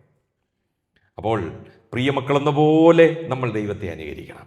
മറക്കരുത്, നമ്മൾ ആത്മാവിൻ്റെ ഐക്യത സമാധാന ബന്ധത്തിൽ കാത്തു സൂക്ഷിക്കാൻ കടപ്പെട്ട കർത്താവിൻ്റെ ദാസന്മാരാണ്. അസൈൻമെൻറ്റോട് തന്ന് അവസാനിപ്പിക്കാം. കർത്താവിൻ്റെ ശുശ്രൂഷ 1, ഉദാസീനതയോടെ ചെയ്യരുത്. യഹോവയുടെ പ്രവൃത്തി ഉദാസീനതയോടെ ചെയ്യുന്നവൻ, ബാക്കിയൊക്കെ കണ്ടുപിടിച്ചോണം കേട്ടോ മക്കളെ. യഹോവയുടെ പ്രവൃത്തി ഉദാസീനതയോടെ ചെയ്യുന്നവൻ ശപിക്കപ്പെട്ടവൻ. കർത്താവിൻ്റെ ദാസന്മാരെ കുറിച്ചല്ലേ? ഉദാസീനതയോടെ ചെയ്യുകയാണെങ്കിൽ വേണ്ടെന്നേ, എന്തിന്? പിന്നെ പറയുന്നു, പൗലോസ് പറയുകയാണ്, തീത്തോസിനോടൊക്കെയാണ് പറയുന്നത്, ശുശ്രൂഷയ്ക്ക് ആക്ഷേപം വരുത്തരുത്. കർത്താവിൻ്റെ ശുശ്രൂഷയ്ക്ക് ആക്ഷേപം വരുത്തരുത്. ദൈവസഭയ്ക്ക് നീ ഒരു ആക്ഷേപമായിരിക്കരുത്. മറ്റുള്ളവർ നിന്റെ മുമ്പിൽ വിരൽ ചൂണ്ടി എന്തിനെന്ന് ചോദിക്കാൻ ഇടവരരുത്. അത്രയ്ക്ക് ദൈവസന്നിധിയിൽ നമ്മൾ താഴ്മയുള്ളവരായിരിക്കണം, കമ്മിറ്റഡ് ആയിരിക്കണം, ദൈവസന്നിധിയിൽ തീരുമാനമെടുത്തവരായിരിക്കണം. ദൈവത്തിൻ്റെ തേജസ് നമ്മളിൽ ഉണ്ടായിരിക്കണം, ക്രിസ്തുവിൻ്റെ കൃപ നമ്മളിൽ ഉണ്ടായിരിക്കണം. ദൈവവചനം, ദൈവത്തിൻ്റെ സ്നേഹവും ആ സമാധാനവും ഒക്കെ നമ്മൾ ഡ്രസ്ഡപ്പ് ചെയ്തിട്ടായിരിക്കണം നമ്മൾ ദൈവസഭയിൽ ആയിരിക്കേണ്ടത്. ഉദാസീനതയോടെ ചെയ്യരുത്, ശുശ്രൂഷയ്ക്ക് ആക്ഷേപം വരുത്തരുത്. യജമാനന്റെ വേലയുടെ വ്യാപ്തിയായിരിക്കണം നമ്മുടെ ലക്ഷ്യം. യജമാനന്റെ വേലയുടെ വ്യാപ്തി, നമ്മളെ കർത്താവ് എന്തേൽപ്പിച്ചോ അതിൻ്റെ ആ വ്യാപ്തിയായിരിക്കണം ദൈവസഭയോടുള്ള. അത്രമാത്രം നമ്മൾ കർത്താവിന് സമർപ്പിക്കപ്പെട്ടവരായിരിക്കണം. ഒരു കാരണവശാലും ഉപായം പ്രയോഗിക്കരുത്. കർത്താവിൻ്റെ ദാസന്മാർ, കർത്താവിൻ്റെ ശുശ്രൂഷകന്മാർ ഉപായികളാകരുത്. പൗലോസ് പറയുന്ന ഉപായമോ ദ്രവ്യാഗ്രഹമോ പാടില്ല. ആരായിക്കൊള്ളട്ടെ, സുവിശേഷകനായിക്കൊള്ളട്ടെ, ഉപദേഷ്ടാവായിക്കൊള്ളട്ടെ, അല്ലെങ്കിൽ എൽഡേഴ്സ് ആയിക്കൊള്ളട്ടെ, ദ്രവ്യാഗ്രഹം പ്രയോഗിക്കരുത്. അത് ബിസിനസ്സിനോടുള്ള ബന്ധത്തിലൊക്കെ ആയിക്കും, അതും പാടില്ലെന്നാണ് പറഞ്ഞിരിക്കുന്നത്. ദൈവസഭയോടുള്ള ബന്ധത്തിൽ, കർത്താവിൻ്റെ ശുശ്രൂഷയോടുള്ള ബന്ധത്തിൽ ഒരിക്കലും ആകരുതേ പ്രിയമുള്ളവരെ. ഞാൻ പോയാൽ എനിക്ക് എന്ത് കിട്ടും ചിന്ത വരരുത്. അങ്ങനെയുള്ളവരെ കർത്താവ് ഉപയോഗിക്കില്ലെന്നേ. നമ്മൾ വിചാരിക്കുക എന്താ കർത്താവ് ഉപയോഗിക്കാത്തേ? ഉപായം ഉപയോഗിക്കരുത്. പണ്ട് ദാവീദിനൊരു തെറ്റുപറ്റി, നമുക്കറിയാം. പെട്ടകം ചുമക്കാൻ ആരെയാ കൊണ്ടുപോയെന്നറിയാമോ? വിരുതന്മാരെ കൊണ്ടുപോയെന്ന്. ദൈവം തെരഞ്ഞെടുത്തപ്പോൾ ദൈവത്തിൻ്റെ ദാസന്മാരെ തെരഞ്ഞെടുത്തെങ്കിൽ ഇപ്പോൾ ദാവീദ് നോക്കിയപ്പോൾ പെട്ടകം ചുമക്കാൻ വിരുതന്മാർ. രണ്ടർത്ഥമുണ്ട്, രണ്ട് തലത്തിൽ. ഒന്ന്, ചോസൻ ബൈ ഡേവിഡ്, മനുഷ്യനാൽ തെരഞ്ഞെടുക്കപ്പെട്ടവരാണ് വിരുതന്മാർ. നിങ്ങൾ പ്രാർത്ഥിക്കണം, ദൈവസന്നിധിയിൽ നിങ്ങൾ നല്ല വേല ആഗ്രഹിക്കുന്നെങ്കിൽ, കർത്താവേ, മനുഷ്യരാൽ ഒരു തെരഞ്ഞെടുപ്പ് എനിക്ക് ലഭിക്കരുത്. തമ്പുരാനെ, നീ എന്നെ തെരഞ്ഞെടുത്തെങ്കിൽ അത് ദൈവാത്മാവിൽ വെളിപ്പെടുത്തി കൊടുത്ത് അത് ദൈവസഭയ്ക്ക് ബോധ്യപ്പെടുത്തുന്ന ഒരു ശുശ്രൂഷകനായിരിക്കാൻ ഞാനും നിങ്ങളും താല്പര്യപ്പെടണം പ്രിയമുള്ളവരെ. ദാവീദ് തെരഞ്ഞെടുത്തു. രണ്ട്, ദൈവം തെരഞ്ഞെടുത്ത, ദൈവമാക്കി വെച്ച ആളുകൾ അവിടെ ഇരിക്കുമ്പോൾ ദാവീദിന് ബോധിച്ചവരെ തെരഞ്ഞെടുത്തു. അതായത് പെട്ടകം ചുമക്കണമെങ്കിൽ ഇന്ന് ചുമക്കാൻ പറ്റും സാധാരണപ്പെട്ട്, പക്ഷെങ്കിൽ ശത്രുക്കളുടെ കയ്യിൽ നിന്നും കൊണ്ടുവരണമെങ്കിൽ ദാവീദിന്റെ ജഡം പ്രവർത്തിച്ചു, ദാവീദിന്റെ ബുദ്ധി പ്രവർത്തിച്ചു. ഇവിടെ ബുദ്ധിക്കൊന്നും ഇവിടെ ഒന്നും സ്ഥാനമില്ല പ്രിയമുള്ളവരെ. ജഡരക്തങ്ങൾക്ക് ഇവിടെ സ്ഥാനമില്ല. ദൈവസന്നിധിയിൽ വളരെ പ്രാർത്ഥനയോടുകൂടി ആയിരിക്കണം ദൈവസഭയിലേക്ക്, ശുശ്രൂഷ രംഗത്തേക്ക് നിലവിൽ നിയുക്തരായ ആളുകൾ കാര്യങ്ങൾ ഓരോന്നും ചെയ്യേണ്ടിയിരിക്കും. നമുക്കൊരു അമളി പറ്റരുത്, തെറ്റുപറ്റരുത്. ഇനിയും ഒരിക്കലും ക്രമം കെട്ട് നടക്കാൻ ഇടവരരുത്. നമ്മൾ കർത്താവിൻ്റെ സഭയിൽ, ദൈവസഭയിൽ ശുശ്രൂഷകന്മാരാണെങ്കിൽ ഒരിക്കലും ക്രമം കെട്ട് നടക്കാനായിട്ട് ഇടവരരുത്. അതായത് ക്രമക്കേടുകൾ നമ്മുടെ ജീവിതത്തിൽ ഉണ്ടാകാനായിട്ട് പാടില്ല. അടുത്തൊരു കാര്യം, നമ്മൾ ആർക്കും ഒരു ഭാരമായി തീരരുത്. വിശ്വാസികൾ ഭാരമായാൽ ഇത്രയ്ക്കിത്രയേ ഉള്ളൂ. ഒരു സഭയിലെ ഒരു ശുശ്രൂഷകൻ അവൻ ഭാരമായി തീർന്നാൽ ആ സഭയുടെ കാര്യം എന്തായി തീരും പ്രിയമുള്ളവരെ? ഈ വാക്യങ്ങളൊക്കെ ആർക്ക് വേണ്ടി വെച്ചിരിക്കുക? ഈ ദൈവം എഴുന്നേൽപ്പിച്ച, ദൈവമാക്കി വെച്ച ആളുകൾ, അതായത് അഭിഷിക്തന്മാരെ ആക്കാനും അയോഗ്യരെ നീക്കാനും എനിക്ക് അധികാരമില്ല. അത് ദൈവമാ ചെയ്യേണ്ടത്. അഭിഷിക്തരെ ആക്കാനും, മനസ്സിലായല്ലോ?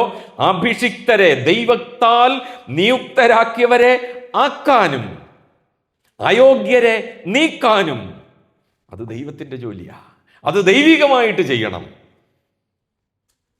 ദാവീദ് എത്രയോ പ്രാവശ്യം ശൗലിനെ തൻ്റെ മുമ്പിൽ വന്നു. പക്ഷേ തൻ്റെ വസ്ത്രത്തിൻ്റെ അഗ്രം മുറിച്ചെടുത്ത് അടുത്ത മലയിൽ നിൽക്കുകയാണ്. ഈ മനുഷ്യനൊന്ന് ഉണരാൻ എനിക്ക് പറയണം. എന്തു പറയണം?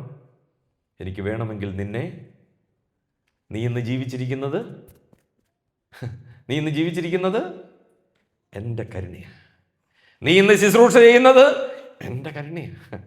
നീ സഭയിൽ മൂപ്പനായിരിക്കുന്നത് എൻ്റെ കരുണയാണ്. പറയാൻ ഇടവരരുത്.